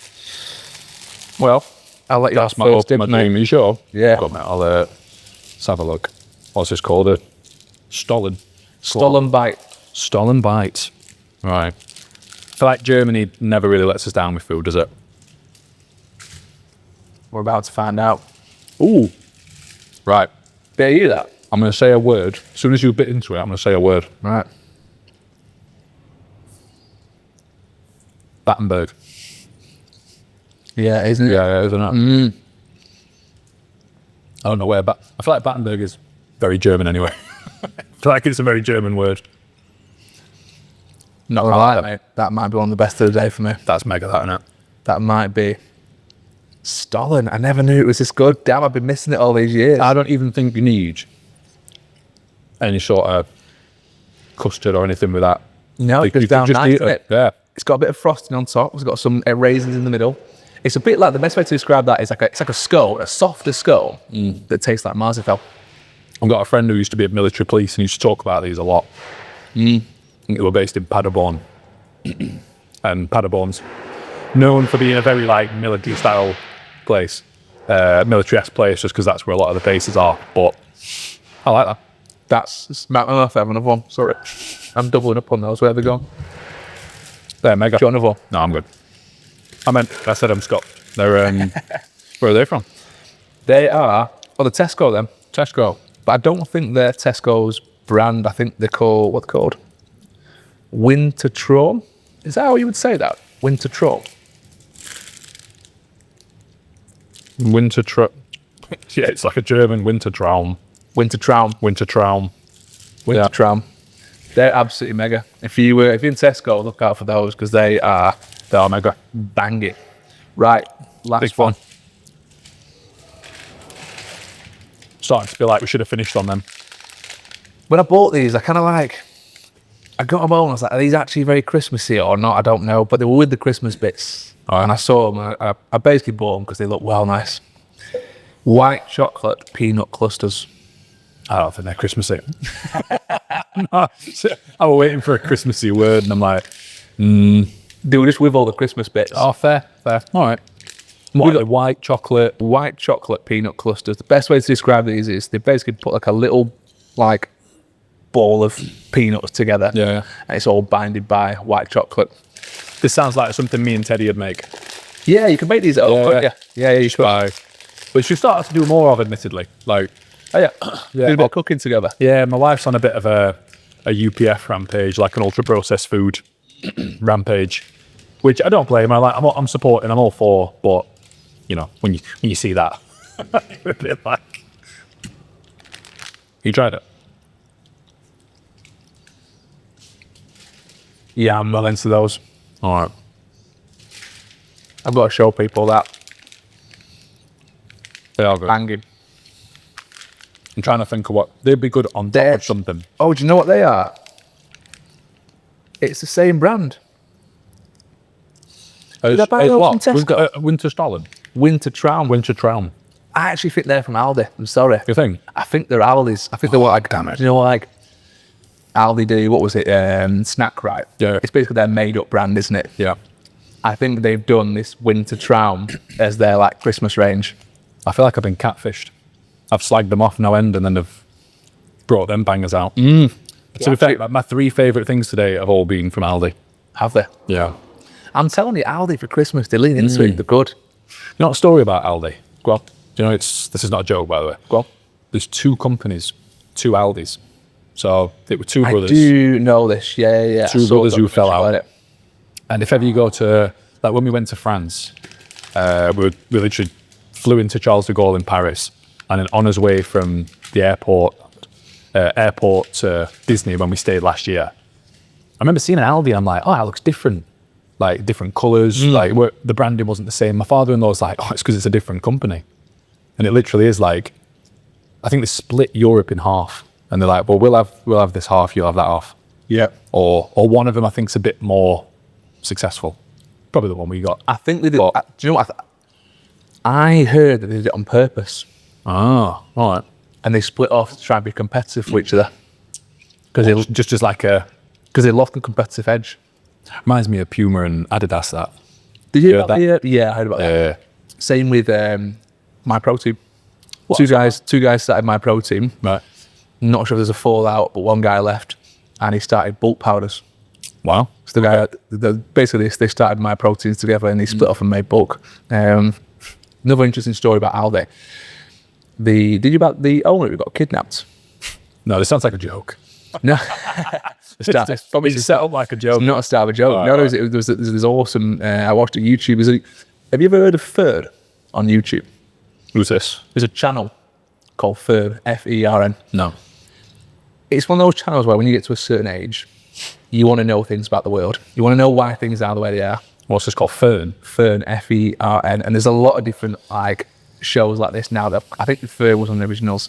All right. But they explain things like, for example, I was watching one about a Russian submarine that went into Scottish waters and sunk a Scottish fishing boat by accident, and it was a big thing in Scotland. But like, hold on a minute, what's all this about? I need to know what happens here, and they'll just document the whole thing. Lads and girls, if you fancy educating yourself, get on Fern on YouTube. It's awesome.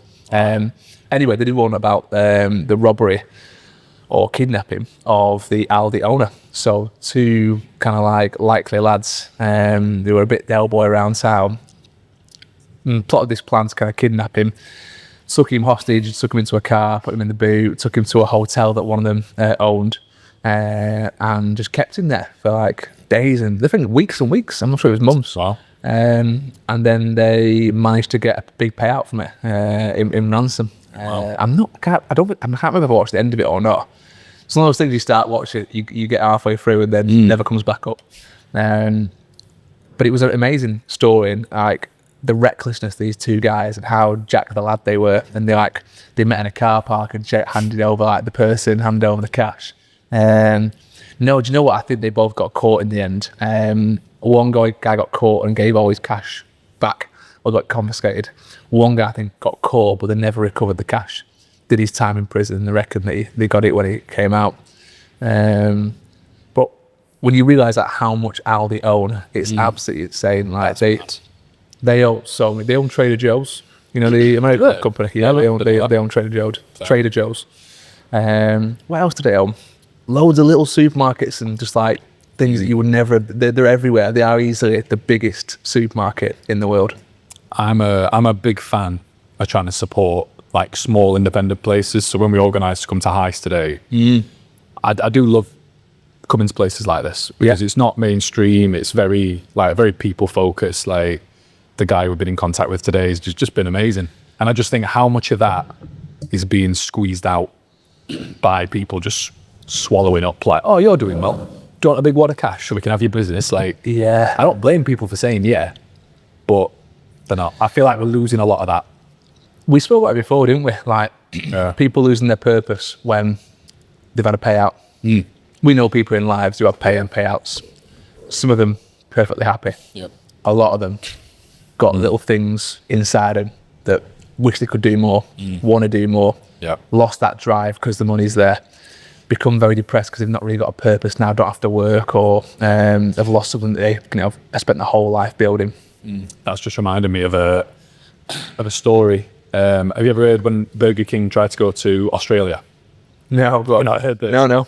So when Burger King tried to infiltrate Australia, there was already a Burger King there, just an independent guy. And they were like, well, tell us how much you want and we'll buy it off you. And he's like, not selling it. He's like, what do you mean you're not selling it? We'll give you X amount. And he's like, I'm the fucking Burger King, mate. And then literally just refused. Just dug his heels in. So to this day, I think Burger King in Australia is called like Hungry Jacks or something like that. Is it? It forced them, yeah. No way. He's like, no, I'm not selling it. I'm the Burger King. Wow. That's six that. Well, I love the fact that's like what you're talking about. It's like they're not selling out to big companies. What guy? I think because the name's Kick, I think he probably couldn't have lived with himself if someone else was known as the Burger King. And that's me. I am the Burger King. Yeah. But I just think like... So there's no Burger King. So there's what Burger King? Yeah, there's one Burger King in Australia. But think about publicity-wise, how well has he done from that? Yeah, because probably. If I went to Australia and I were around the corner from the Burger King, I'm seeing him. I'm going to have to Google this. I want to go. I want to know. Is your brother in Australia as well? He is. Yeah. Mate, I couldn't tell you where it is. It's got much of that story. But yeah, I'm going to Google that. I'm intrigued. I really want to. I want to know whether he's gone like he's leaned into the Burger King like slogans and meals, or he's still doing his own stuff. Just trolls Burger King up. Well, Hungry Jack's, He could probably grow his business. Massive based on the name. Couldn't he? He probably couldn't go beyond Australian borders. But no, of course, yeah. In Australia, he could make it big time. I mean, can you imagine? If someone rolled in and were like, "Well, we want the Fit Dads podcast name," and we were like, "No." Absolutely not. Depends how much you're offering about us, yeah. That's what I mean. Everybody's got to put a rename under a price. Everybody's got a price. Which, I mean, bringing it back to the podcast, I suppose, mate. I'd love to maybe do a little introspection on. I mentioned a bit of past, present, future. We've reflected a little bit on guests that we've had on, but maybe like where we're at right now. Do you feel like any skills that you've got massively improved since doing the pod? Listening. Yeah. Just listening to people. Would Amy agree? I don't know. That's the true test, isn't it? It is really, yeah. Does your missus think you're a better step? No. Probably not, I'd say. Yeah. Probably more burnt out and I listen less. But I think, I think I know, because you listen to so many people talk about their story and you learn the art of conversation a little bit better. Yeah. If your art of conversation is just random conversations you're having with people, like here, there, everywhere, on the go, in sessions, at work, everything's a bit high pressured. Yeah. When we get people into the podcast studio, we just sit down with them and we quiz them and we allow them to speak and we jump in at the right times and we know how to manage a conversation a little bit better. It's very low pressure. Yeah. I think there's something, I didn't know this until we started doing the podcast, about conversational beats. But if you want to take a conversation in a certain direction because it's going to be valuable, there's certain beats that you can stick to. So I've never really planned for this, but you find yourself doing it quite naturally. Like somebody says something and you go, oh, that's really interesting. Do you mind telling me a bit more about that? And there's just ways that you can relate it. Like I know tons of people who still reflect or still use stories about themselves to connect with people. And it can sound a little bit egotistical when you be like, oh, well, I went here and I did this. And I didn't know this, but it's like an anxious response for people to connect. Yeah. And be like, well, you've been through this, but so have I. Yeah, and it's like, was actually one of the best things you can do is say, that sounds amazing, tell me more. Yeah. And I think it's really impressive when someone else picks up that, oh, you did that as well. And you had the chance to jump in, but you don't. So I found that really interesting, just to, again, see like the science behind conversation. It's funny you mention the beats in a conversation, because I've had it before where you're chatting to someone, maybe in a session, like, and there's a bit of a lull in the conversation, and we just go quiet for 10, 15 seconds. And then you both suddenly seem to jump in at the same time. Yeah. I've had it happen all the time where you go, yeah, it's good that, yeah. You'll go quiet for a minute, and then you'll both come in with something else. And literally at the same second, you both come back in after that 15-second gap. I wonder if that's kind of because there's beats that we don't really realise are happening, or there's a processing time happening in our brains that has both meant that we've had that same point, simultaneously. It sounds weird, but I feel like we've got more and more comfortable with silence. Like, I don't know if you see this on the pod where somebody goes quiet and you go, oh crap. like, actually, that silence is quite powerful. And like, again, to shout it out again, Sam Bagshaw probably really emphasized that to the nth degree, because what he was saying was purposeful. It mattered, basically. Yeah, he must be really good at that, because what he does is he has to wait and bide his time to jump in. He can't just jump in like we can. No, he has to kind of like let people know that I'm going to speak, or I'm about to speak. In terms of any feedback that you've had from podcast listeners, anything that maybe we've not discussed on the show before, maybe somebody saying, oh, I've loved this, I've loved that. Is there anything that's caught you by surprise? Be like, oh, I didn't even think about that.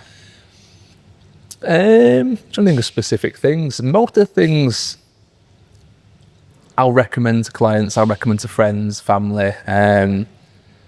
What always gets me with podcasts is when it's people that you didn't even know were listening who are listening. Like, obviously we went to CrossFit Kelham, right?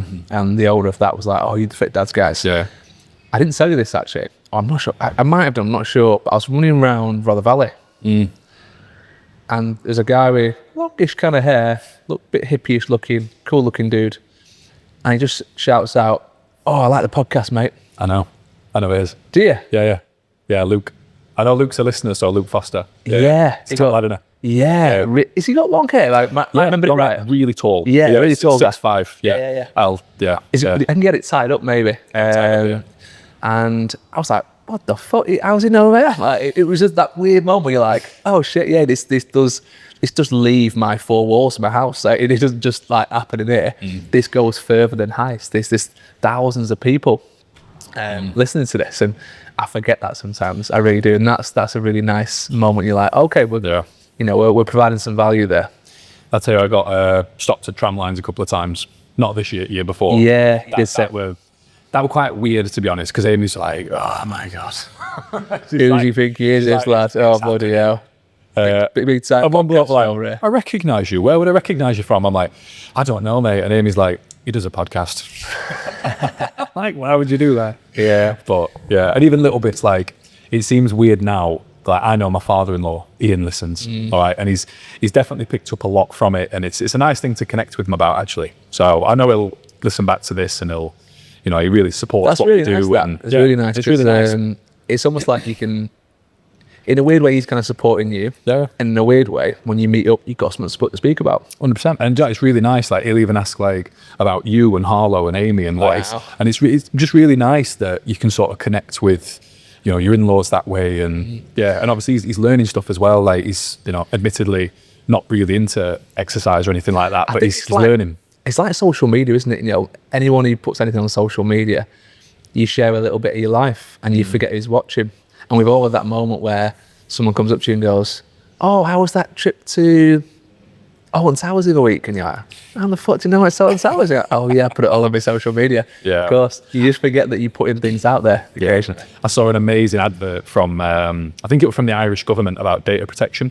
Okay. And it was just these random people going up to this little girl saying like, "Oh, I saw you played football last week, really good. Like, did your dad forget to pick you up again?" And it's like just complete strangers talking to this little girl, and they're making the point about it's their data that you're sharing. So That's it. again, at the risk of turning this in a bit of a weird way, I do find it quite interesting that we are very freely sharing our data, our kids' data. And I think I'm super aware of that now. So I'll share things to a certain standard, if that makes sense. But then at the same time, doing the podcast has probably taught me in particular just to show that you're flawed a little bit more, because it's amazing how many people connects with you just from showing that you've got flaws and that, you know, you have got vices and you're not perfect. And I think our industry probably teaches you that no, we need to be perfect. We need to be very polished and look a certain way and act a certain way. Whereas actually, people talk to me about bins, Pokemon, like The mundane shit in life that's actually the normal. Like we all think Instagram's for Lamborghinis in Dubai and living the high life and all that shit, but actually the mundane's what everyone's going through. The mundane is more relatable, and if you can, you know, talk about that, make it a little bit funnier like you do with the bin stuff, I think it's, again, relatable, right? Yeah, for sure. For the future, mate, where do you see this going? All right, I feel like we're in a relationship now. I'm having the chat. Sound like my therapist, mate. But yeah, I always like to ask, like, you know, I think it's good to set the stall out and be like, all right, where, if we sat down here in, you know, 150th episode, like, what does that look like? 150. I want to branch out into like other guests, people that I think one thing we've done on this podcast, we've utilized our close network really well. Yeah. But there's going to come a moment when that close network has been fully utilized. Yeah. Do you know what I mean? That time will come, and we'll have to get a little bit more proactive in terms of getting other guests on and just trying to broaden the horizons a little bit. And I'd like to get some guests on that are just bigger in certain industries. Yeah. Like really push the boat out with their knowledge and who they are and their stature, and maybe some people that we really want to interview. Like, can we go after some bigger guests? People that we thought were a bit unachievable. I don't know if I've ever told you this, but yeah, do you know about the 6 degrees of separation? Yeah. So when you realise there's one person in your network who can get you to anyone in the world, right? I figured it out the other day. I'm 5 degrees of separation away from Donald Trump.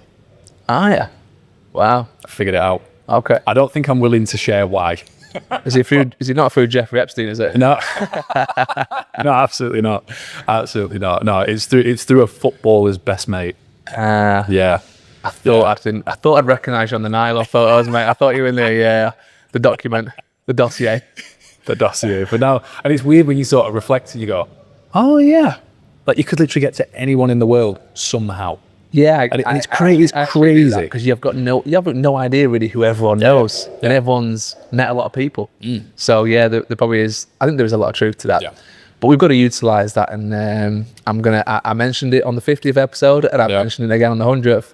Jess Ennis, mate, pull the strings, get her in here. I feel like we are closer than ever, and I'm now that my lovely sister-in-law has given birth. All right, I feel like didn't she give birth 2 years ago? No. My little nephew Louis he must be 10 months old now. Okay. So yeah, I think she's just about to start back at work. So I reckon she's past the gonna birth him thoughts now, mate. Now is the time. Pull the trigger. So Get Hannah, Jess on his own. if I'll address her now, like Hannah, if you are watching and you are listening, I will drop you a message because it would be mega. It would be mega to get her on, and even little bits like because I knew that Hannah was literally growing a person. I think I wanted to do it a different way. So now that I've sort of seen other connections that we have, like with Jess, for example, like I'd love to get someone like Billy Sharp on. All right, I love Billy Sharp. Yeah. All right, Billy Sharp's one of my favourite. I mean, he's an icon. What's stopping you dropping him a message? Oh, nothing. I think honestly, I think one of our resolutions for the podcast in the new year is to not worry about asking questions and asking who wants to come on and being afraid of that. Yeah. I always think about Davey Burks when he first started it, and he was just out there asking random people. Yeah. I just messaging every BMXer, everyone who's on a bike who knows what they're doing, that's got a bit of a social media presence, is anyone in that world. He was messaging. He might have got 100 no's, but if one person was Ryan, what was he called? Ryan Seacrest? No, Ryan Seacrest. He's a pop idol guy. What's he called? Ryan. He had a his name's going to really bother me now. He was a big BMXer, wasn't he? Yeah. But he was like a dream guest. And Davey got him going through airport, didn't he? Yeah, and he just got him on the phone, like going through the airport. And he was like chatting to him as he was checking his luggage in and going through security. And like, that could be us. We could have those conversations. We've just got to be bold enough, brave enough to kind of reach out to those people.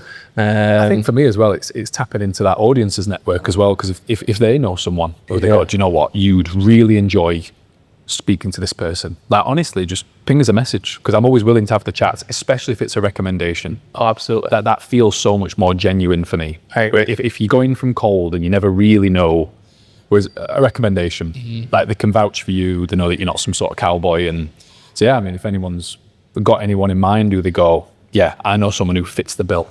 Yeah, I know, I totally agree with that, definitely. If you've got someone who's got a great story, who you think should be given the limelight and have an opportunity to tell that story to the world, we love to have them on. Absolutely. Because sometimes it's not always the biggest guests that are the kind of most interesting. Like, we've had a couple of guests on who have been listening to the podcast. Like Kieran Wake, for example. He came on and he was like, wow, mate, on the podcast. Like, I can't believe I've listened to loads of the episodes. But when we asked him which were your favourite ones, they weren't the biggest guests. No. They were the ones that like meant something to him. So that again is really important. And I think having a wide variety of guests on is really important as well. Like, I think that's some of the best podcasts that I listen to, you know, the OG, Joe Rogan, like he's well known for having every man and their dog from all different backgrounds, industries on. But that's why I love it, because I see a random name crop up on his Apple podcast profile, and I'm like, who the hell is that? And I have a little read over and I go, yeah, that sounds pretty cool. Let's check it out. And some of the ones that I think I would have brushed past because I didn't know the name end up being the most insightful one. It's a bow hunter. He tells his story about how he went out bow hunting somewhere, and then he got like charged by a black bear. And then 2 minutes later, a grizzly bear comes in and starts fighting the black bear, and they're kind of fighting over this food. And this isn't a real story, by the way. Hypothetically speaking, there was a really good episode by some hunters on the Joe Rogan podcast where they talk about how a grizzly bear came into camp. And it started charging everyone. But what it had done was, it had like hidden some food near the camp, and it thought they were after his food. And the most hilarious and really shocking part of the story was, as it ran through, someone got stuck on its back somehow, or grabbed its fur or something, and it ran off with this guy on his back. And he fell off halfway, and it kind of went out of camp. But just again, these names I never would have heard of, but they had an amazing story. But I'm really glad I listened to that. Have you ever heard the bear survival rhyme? The bear survival rhyme. So I think I have. Yeah. What is it? it? It's like, if it's black, fight back. If it's brown, lie down. If it's white, you say goodnight. Is this why I say goodnight? Yeah, it's like you are not. Yeah, what? Yeah. Like polar bears murder you. Yeah, I've seen so many David Attenboroughs to know that they are savage killers. Vicious, aren't they? Yeah, but I mean, it's a slogan that we don't need to know over in the UK. Really. But here we are. And do you know, shout out to my mate Dan Bear. Actually, he grew up in Alaska. He's called Dan Bear. He's called Dan Bear. Brilliant. He's called Dan Bear, and he grew up in Alaska. And he was telling me some stories about in Alaska. His accent's a bit all over the place, but he's like, in Alaska, we have bear alarms. So we're just playing in the playground, and the sign that's like bear alarm goes off, and you just lie down. Do you? Wow. Like, in face down in snow. Can't move a muscle.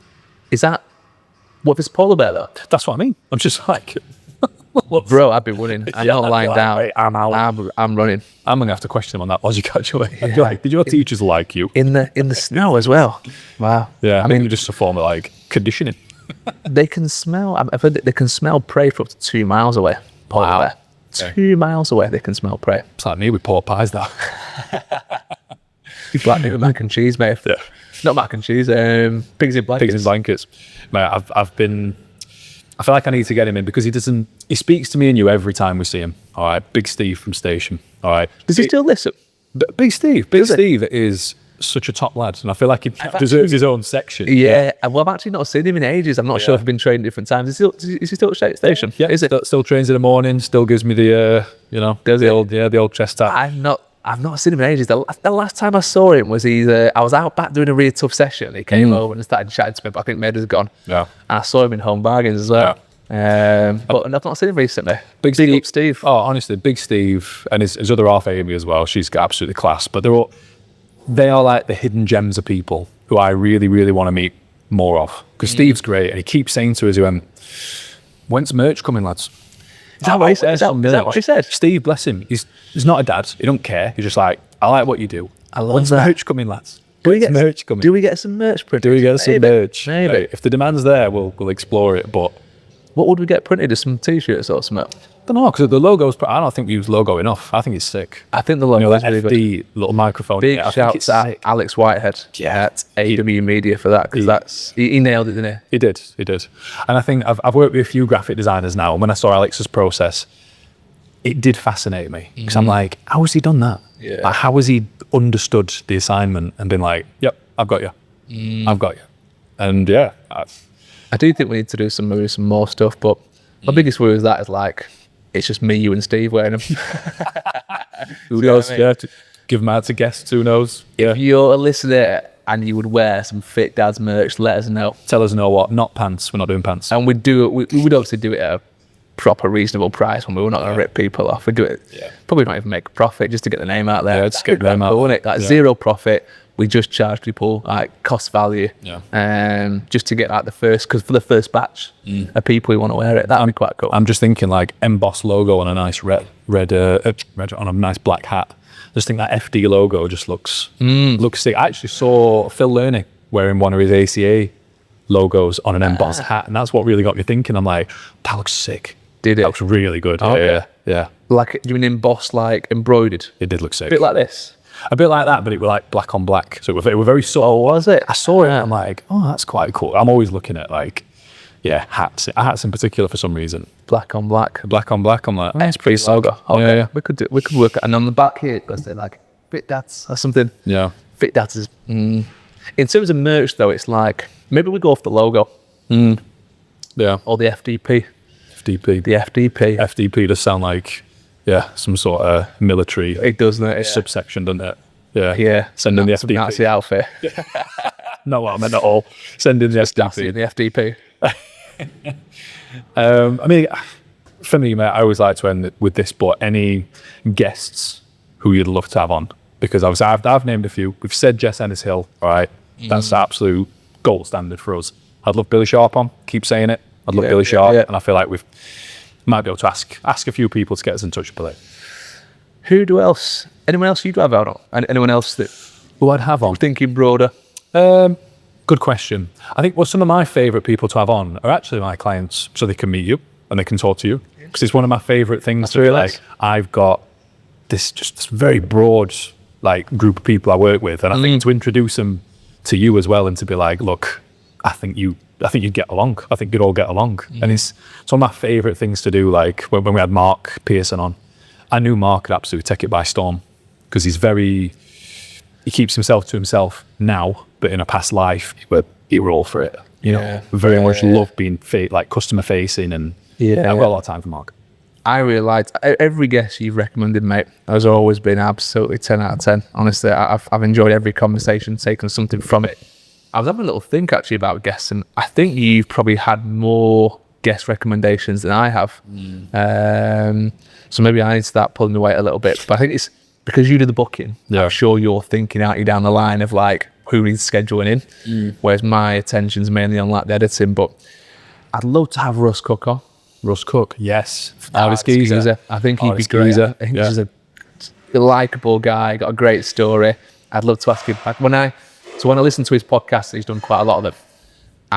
There's questions that don't get asked that I'd love to ask him myself. And I really wish we could have him on. That'd be awesome. So maybe we drop him a message. He's probably inundated, really, isn't he? Let's be honest. Yeah. But I think we have that in the back of his mind, don't we? But you just never know. Like, you know, if Ed Sheeran's not big enough just to turn up to Sheffield and do a tour, do a little show outside Peace Gardens. Yeah. I'm just like, why not? Ryan Seacrest.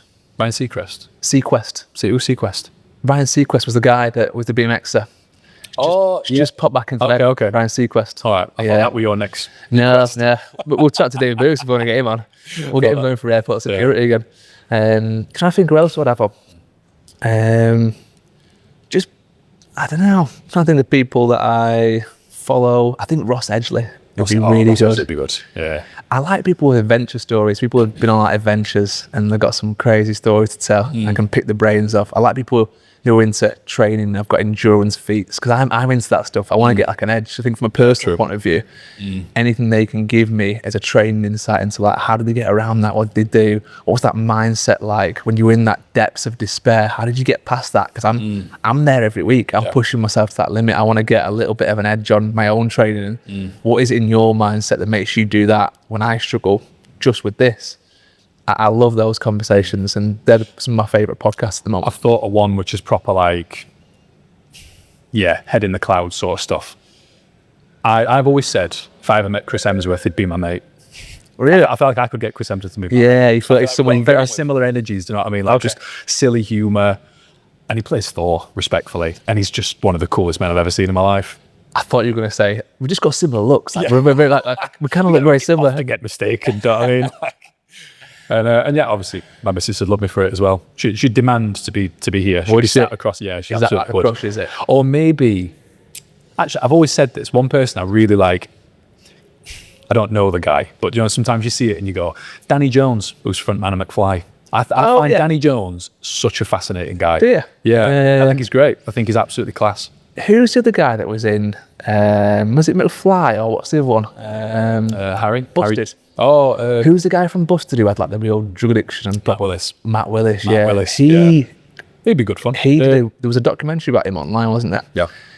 It was really, really raw and open and honest about his struggle with drugs and his drug use, and how obviously Emma Willis went through it all and supported him and stayed by him. And I love that story. It was like I've got this issue. I've got this real bad, hard problem with drugs. And it's all stemmed from this crazy lifestyle that I've led. But I want to be a family man. I want to give Emma everything she wants. I don't want to say I relate to that, but there's certain elements of that in my life that I can kind of, have happened, to be sure. I think it's when you really... Probably more so with booze. Yeah. With booze. And I've been nowhere near, like I've never even been close to really being like an alcoholic. But when I go for it, and it causes rifts. And there's a part of me that's like, I want to be the family person. I don't really want to keep having this kind of alcoholic crutch every now and again where I feel I need to go out and get smashed and take it too far. But this year's been the turning point for me. And, when it gets to January 1st, I'll have officially done 1 year no drinking. Longest time in my adult life that I've ever done that. And I think it always off the back of just wanting to be better partner, better dad. I feel that's been achieved. Yeah, I've definitely made good strides towards it this year. And even like now, even being sat in a brewery, right? Yeah. I've got how many beer taps do you reckon on there? 30? Yeah, easy. There's 30 beer taps. Easy 30 beer taps over there. I mean, there's nowhere in Sheffield has as many beers as Heist. I don't think it does anyway. But I'm just not tempted by beer. There's not one part of me is thinking, I want to go and have I see a whiskey over there. I love whiskey. The one thing I miss about drinking the most is that little glass of whiskey on a Friday, Saturday night. Just a little, I want to say a double, but it's not. It's a triple and a quadruple. I just miss that. I'm having that little glass of, whiskey with the missus. She's having a red wine, white wine. And just that mellowness. That's one of the biggest things I miss. But would I would I sacrifice alcohol coming back into the routine and potentially lead into other things for that little glass on a Friday, Saturday night? No, not at all. If I was any doubt in my mind, that might lead back to me going on big sessions again, which I feel like it might do. Once you've opened the door, once your foot's in there, you're like, well, I'm having one on a Friday, Saturday. What's 2 or 3 with mates on a Sunday then? Or what next weekend when we'll have a few mates, I'll have a few beers. Before you know it, you're fucking drinking again. For me, I just need to go teetotal and be like, just done. And there's no, again, I can give it up. I miss it a little bit, but you know, who doesn't miss some of the things they like? You got to think about the bigger picture sometimes. True. I think being a dad definitely does that to you, doesn't it? I don't know. But when Ted were born, I remember feeling really overwhelmed and just questioning, like, well, what if he does turn out like me? Is that a good thing? Is that can he be more? Should he be less? Like, it makes you really reflect on all that. And I don't know. I think this entire process has just been such an interesting way just to look inwards and ask yourself all them questions about, you know, what do I need to get better at still? Where do I need to improve? Yeah. And there's certainly times where, like, you know, probably unrecognizable from 5 years ago in terms of the decisions I make, the way that you carry yourself, and it does really get you thinking. Which, can you see any more targets for you? Anything that you feel like you need to improve on as we enter into 2026? It's a good question, really. I think maybe still getting that like work-life balance just right. It's a real ongoing battle every week. If I work hard and I do more and we grow the business a little bit and we take on more people, I'm really happy. I'm like, awesome, but it comes at a cost. And Amy's not happy. And she's on the case about, you know, not being there. And then I overcorrect the next week or the next month. And then, you know, things go a bit stagnant work-wise. But I've had some amazing times with Harlow and Amy, and it's this and anyone who kind of runs their own business or has got quite a stressful job will know exactly what I mean. It's that constant backing and throwing and feeling guilty about doing one or the other, and I'm never really satisfied. But you kind of like, I just meander through life like that, kind of making sure that the work's sorted, making sure the business is running, making sure we're progressing, then also making sure that family's there. And I think there's nothing wrong with, I don't think anyone cracks it every week. I'm just convinced that everyone will like pinball between the two. Yeah. And that's what you do. You've overcorrect each time. And it's okay if you go some weeks where it's a bit too work heavy, as long as you overcorrect sometimes and put a bit more into family. And I've kind of also come to the realization that no one's ever going to be fully happy. No. You know what I mean? Yeah. And maybe that's one area that I say it needs improvement, but maybe I struck a nice pinball balance. You probably see that where you might feel like you're pinballing every week, but you're probably slightly moving forward a little bit somewhere, but you just can't. Maybe it's not pinballing as hard. Like it's more a wobble than an actual like ping. You know, this sort. I really relate to that, and it does just get you thinking about, like, for me, it's definitely a case of being just a bit more brave, like being. Really? Moving with speed. I absolutely do. I think just working at more speed, like speedy bravery, just making a decision, doing it, and then just not overthinking it. Because I am quite a chilled guy, and that comes from a place of having time to think. Whereas if I have to do things quite instinctively, I do trust my judgment, but there's some times where you go, actually, what would have happened if I'd have just shortened that 2-year target to 6 months? Like, if it's just is it a volume output? Is it a quality output? Yeah. It just really gets you thinking. And I don't know, I've had a lot of people challenge me on that. People I really look up to who are saying, like, well, why that? Why can't that be done in 6 months? Why can't that be done in 12 months? And I think we're in the perfect industry for it, because it's a lifestyle business, right? You know, we work around our lifestyle, and that's the point. Like, the fact that we sat here on a Tuesday afternoon is a bit nuts. Yeah. So people still like in their offices right now, and we're wrapping up having eaten mac and cheese, pigs in blankets. It is mad, but I think in a weird roundabout way, I think you create the life that you manifest. Manifest. When I mentioned that word manifest, I was thinking about Noah Hibbert.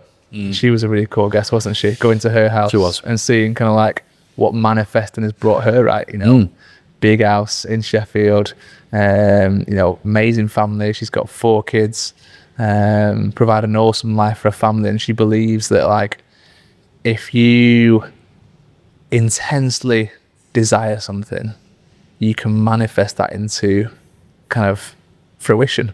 Yeah. You can think about things that you want, and you can really excel towards them as long as your mind is in the right place. And I don't think that enough people harness that. Now, we're not saying that if you think about it only, it will come true, but it plants a seed. And they have these like vision boards, don't they? And I remember having one of these as a kid. Actually, I say a kid, I was in uni, so basically still a kid. And on that vision board, I had like, a house that I would like to live in, I had a car that I wanted. And those things every day when I looked at them just reminded me of like, they're things that I'm working towards. Have you not done one now? No, I've not done one now, actually. Maybe I need to do another one. Yeah. It's really, obviously I've really pivoted now and transitioned to working with more trainers, especially through that first 12 months. And one thing I asked them to do is, most trainers are quite visual. They seem to respond very clearly to, I don't know, I've just noticed it. So I'm like, cool, let's create something. And obviously I went through the process of doing it as well. And I was just thought it was for 12-year-old girls. But actually doing it now as a grown man, and you go, oh yeah, actually I can probably feel what that's going to be like now. I've not got it, or I don't live it yet, but I can probably feel what it's going to be like. I think you meet enough people who are living that way, or they are, doing the things that you want to do. You go, actually, they're no real better to me. They're just a little bit, there's nothing magical about them. They've just taken a chance, or they've had an opportunity and they've took it. Yeah, I just think it's putting yourself in positions where you're going to get opportunities, and they've taken those chances. Yeah, that's the thing. We dwell on those chances sometimes, and like you said, maybe speed's key, because once you dwell, that opportunity's gone. And I think it was Luke Staton who said about do your intentions match your ambitions, and it got me thinking about that. I'm like, it's a good point actually. Did they? No, I need to be faster. Yeah, I need to be quicker. Yeah, I need to be more decisive. So, that's what I'm trying to do, mate. Anything else you want to add on to the 100th episode? No, I mean, to thank the people who matter, I suppose, mate. Yeah, absolutely. Me and you. No. No, I want to make this obvious to thank absolutely nobody. No, obviously just to thank anyone who's bothered to download, who's bothered to just give away the time. Like, if someone's listened to all 100 episodes, that's a lot of time. Yeah. That's like that's two weeks of their life, realistically, if I'm going to do some quick maths. Yeah. Which is insane. That's a massive time commitment and an energy commitment. And just for people to reach out and message or say hello to me and Ryan when we're out and about, like, that's not why we do it, but it's nice to know that people on the other end of this are actually receiving it well. It does definitely make us feel like we're helping people, because that's why we're doing it, right? We're having it, we enjoy it, we're having a laugh, right? But there's a deep message behind all the guests we have on here, behind the kind of educational episodes we put out. And just to back up what Brad said, thank you every single person who's listened, who's taken the time to listen to two donut fit dads spiel some stuff off with other guests. And I just think, where will we be in the next 100 episodes when will we get to 200? I mean, 2 years time from now, time will tell. I hope so. I can see it. I can really see it going to some big places, but we need to put in a lot of work. We need to stay hungry with it, and we need everyone else's support. That's what we need. And one other stat actually that I'll probably have as the final stat: 57%, I think it was, of people who listen to the podcast don't actually follow it. Really? They don't subscribe. They haven't. They listen, and I'm guilty of this as well with some of the podcasts that I listen to, where I will keep going back to them, but I won't actually follow them. The follows, in terms of algorithms, in terms of engagement, they help us out more than I can probably tell you. Like, if you are listening to this regularly, it's as simple as just putting a little subscribe or follow button on wherever you're listening to it. It does really help us out, and just helps us reach those bigger new guests and provide more content. And even just rating, reviews, that sort of stuff, because I can't tell you how far that goes, not for our own ego, but just to know that people are enjoying it and they're finding value. And Absolutely. I just, like you said, just a case of getting in front of those people, you could end up, your subscription or your review could be the tipping factor for someone finding this who really needs it. Yeah, absolutely. Who's really at a crossroads, or I know maybe they are a new dad or a new mum. Like, They don't know what to do. Reviews massively help. Like in my own business, R5, the amount of people that come into calls with me and say, you know, I chose you over various other people because your reviews were fantastic. Like to hear people's stories is great. So just a review. If you're gonna leave a 4-star review or a 3-star, jog on. We want 5-star reviews only, please. No, I'm joking. Be honest. Let us know if there's anything we could improve on as well. Like, let us know. Like, we're here to learn. We're here to make the mistakes. We want to get better at this. So, honesty. End it there. Let's leave it, mate. Guys, thank you for joining us on the landmark 100th episode of the Fit Dads podcast. See you soon. See you soon. Massive, mate. Hey, awesome. Well done. Thank you for today.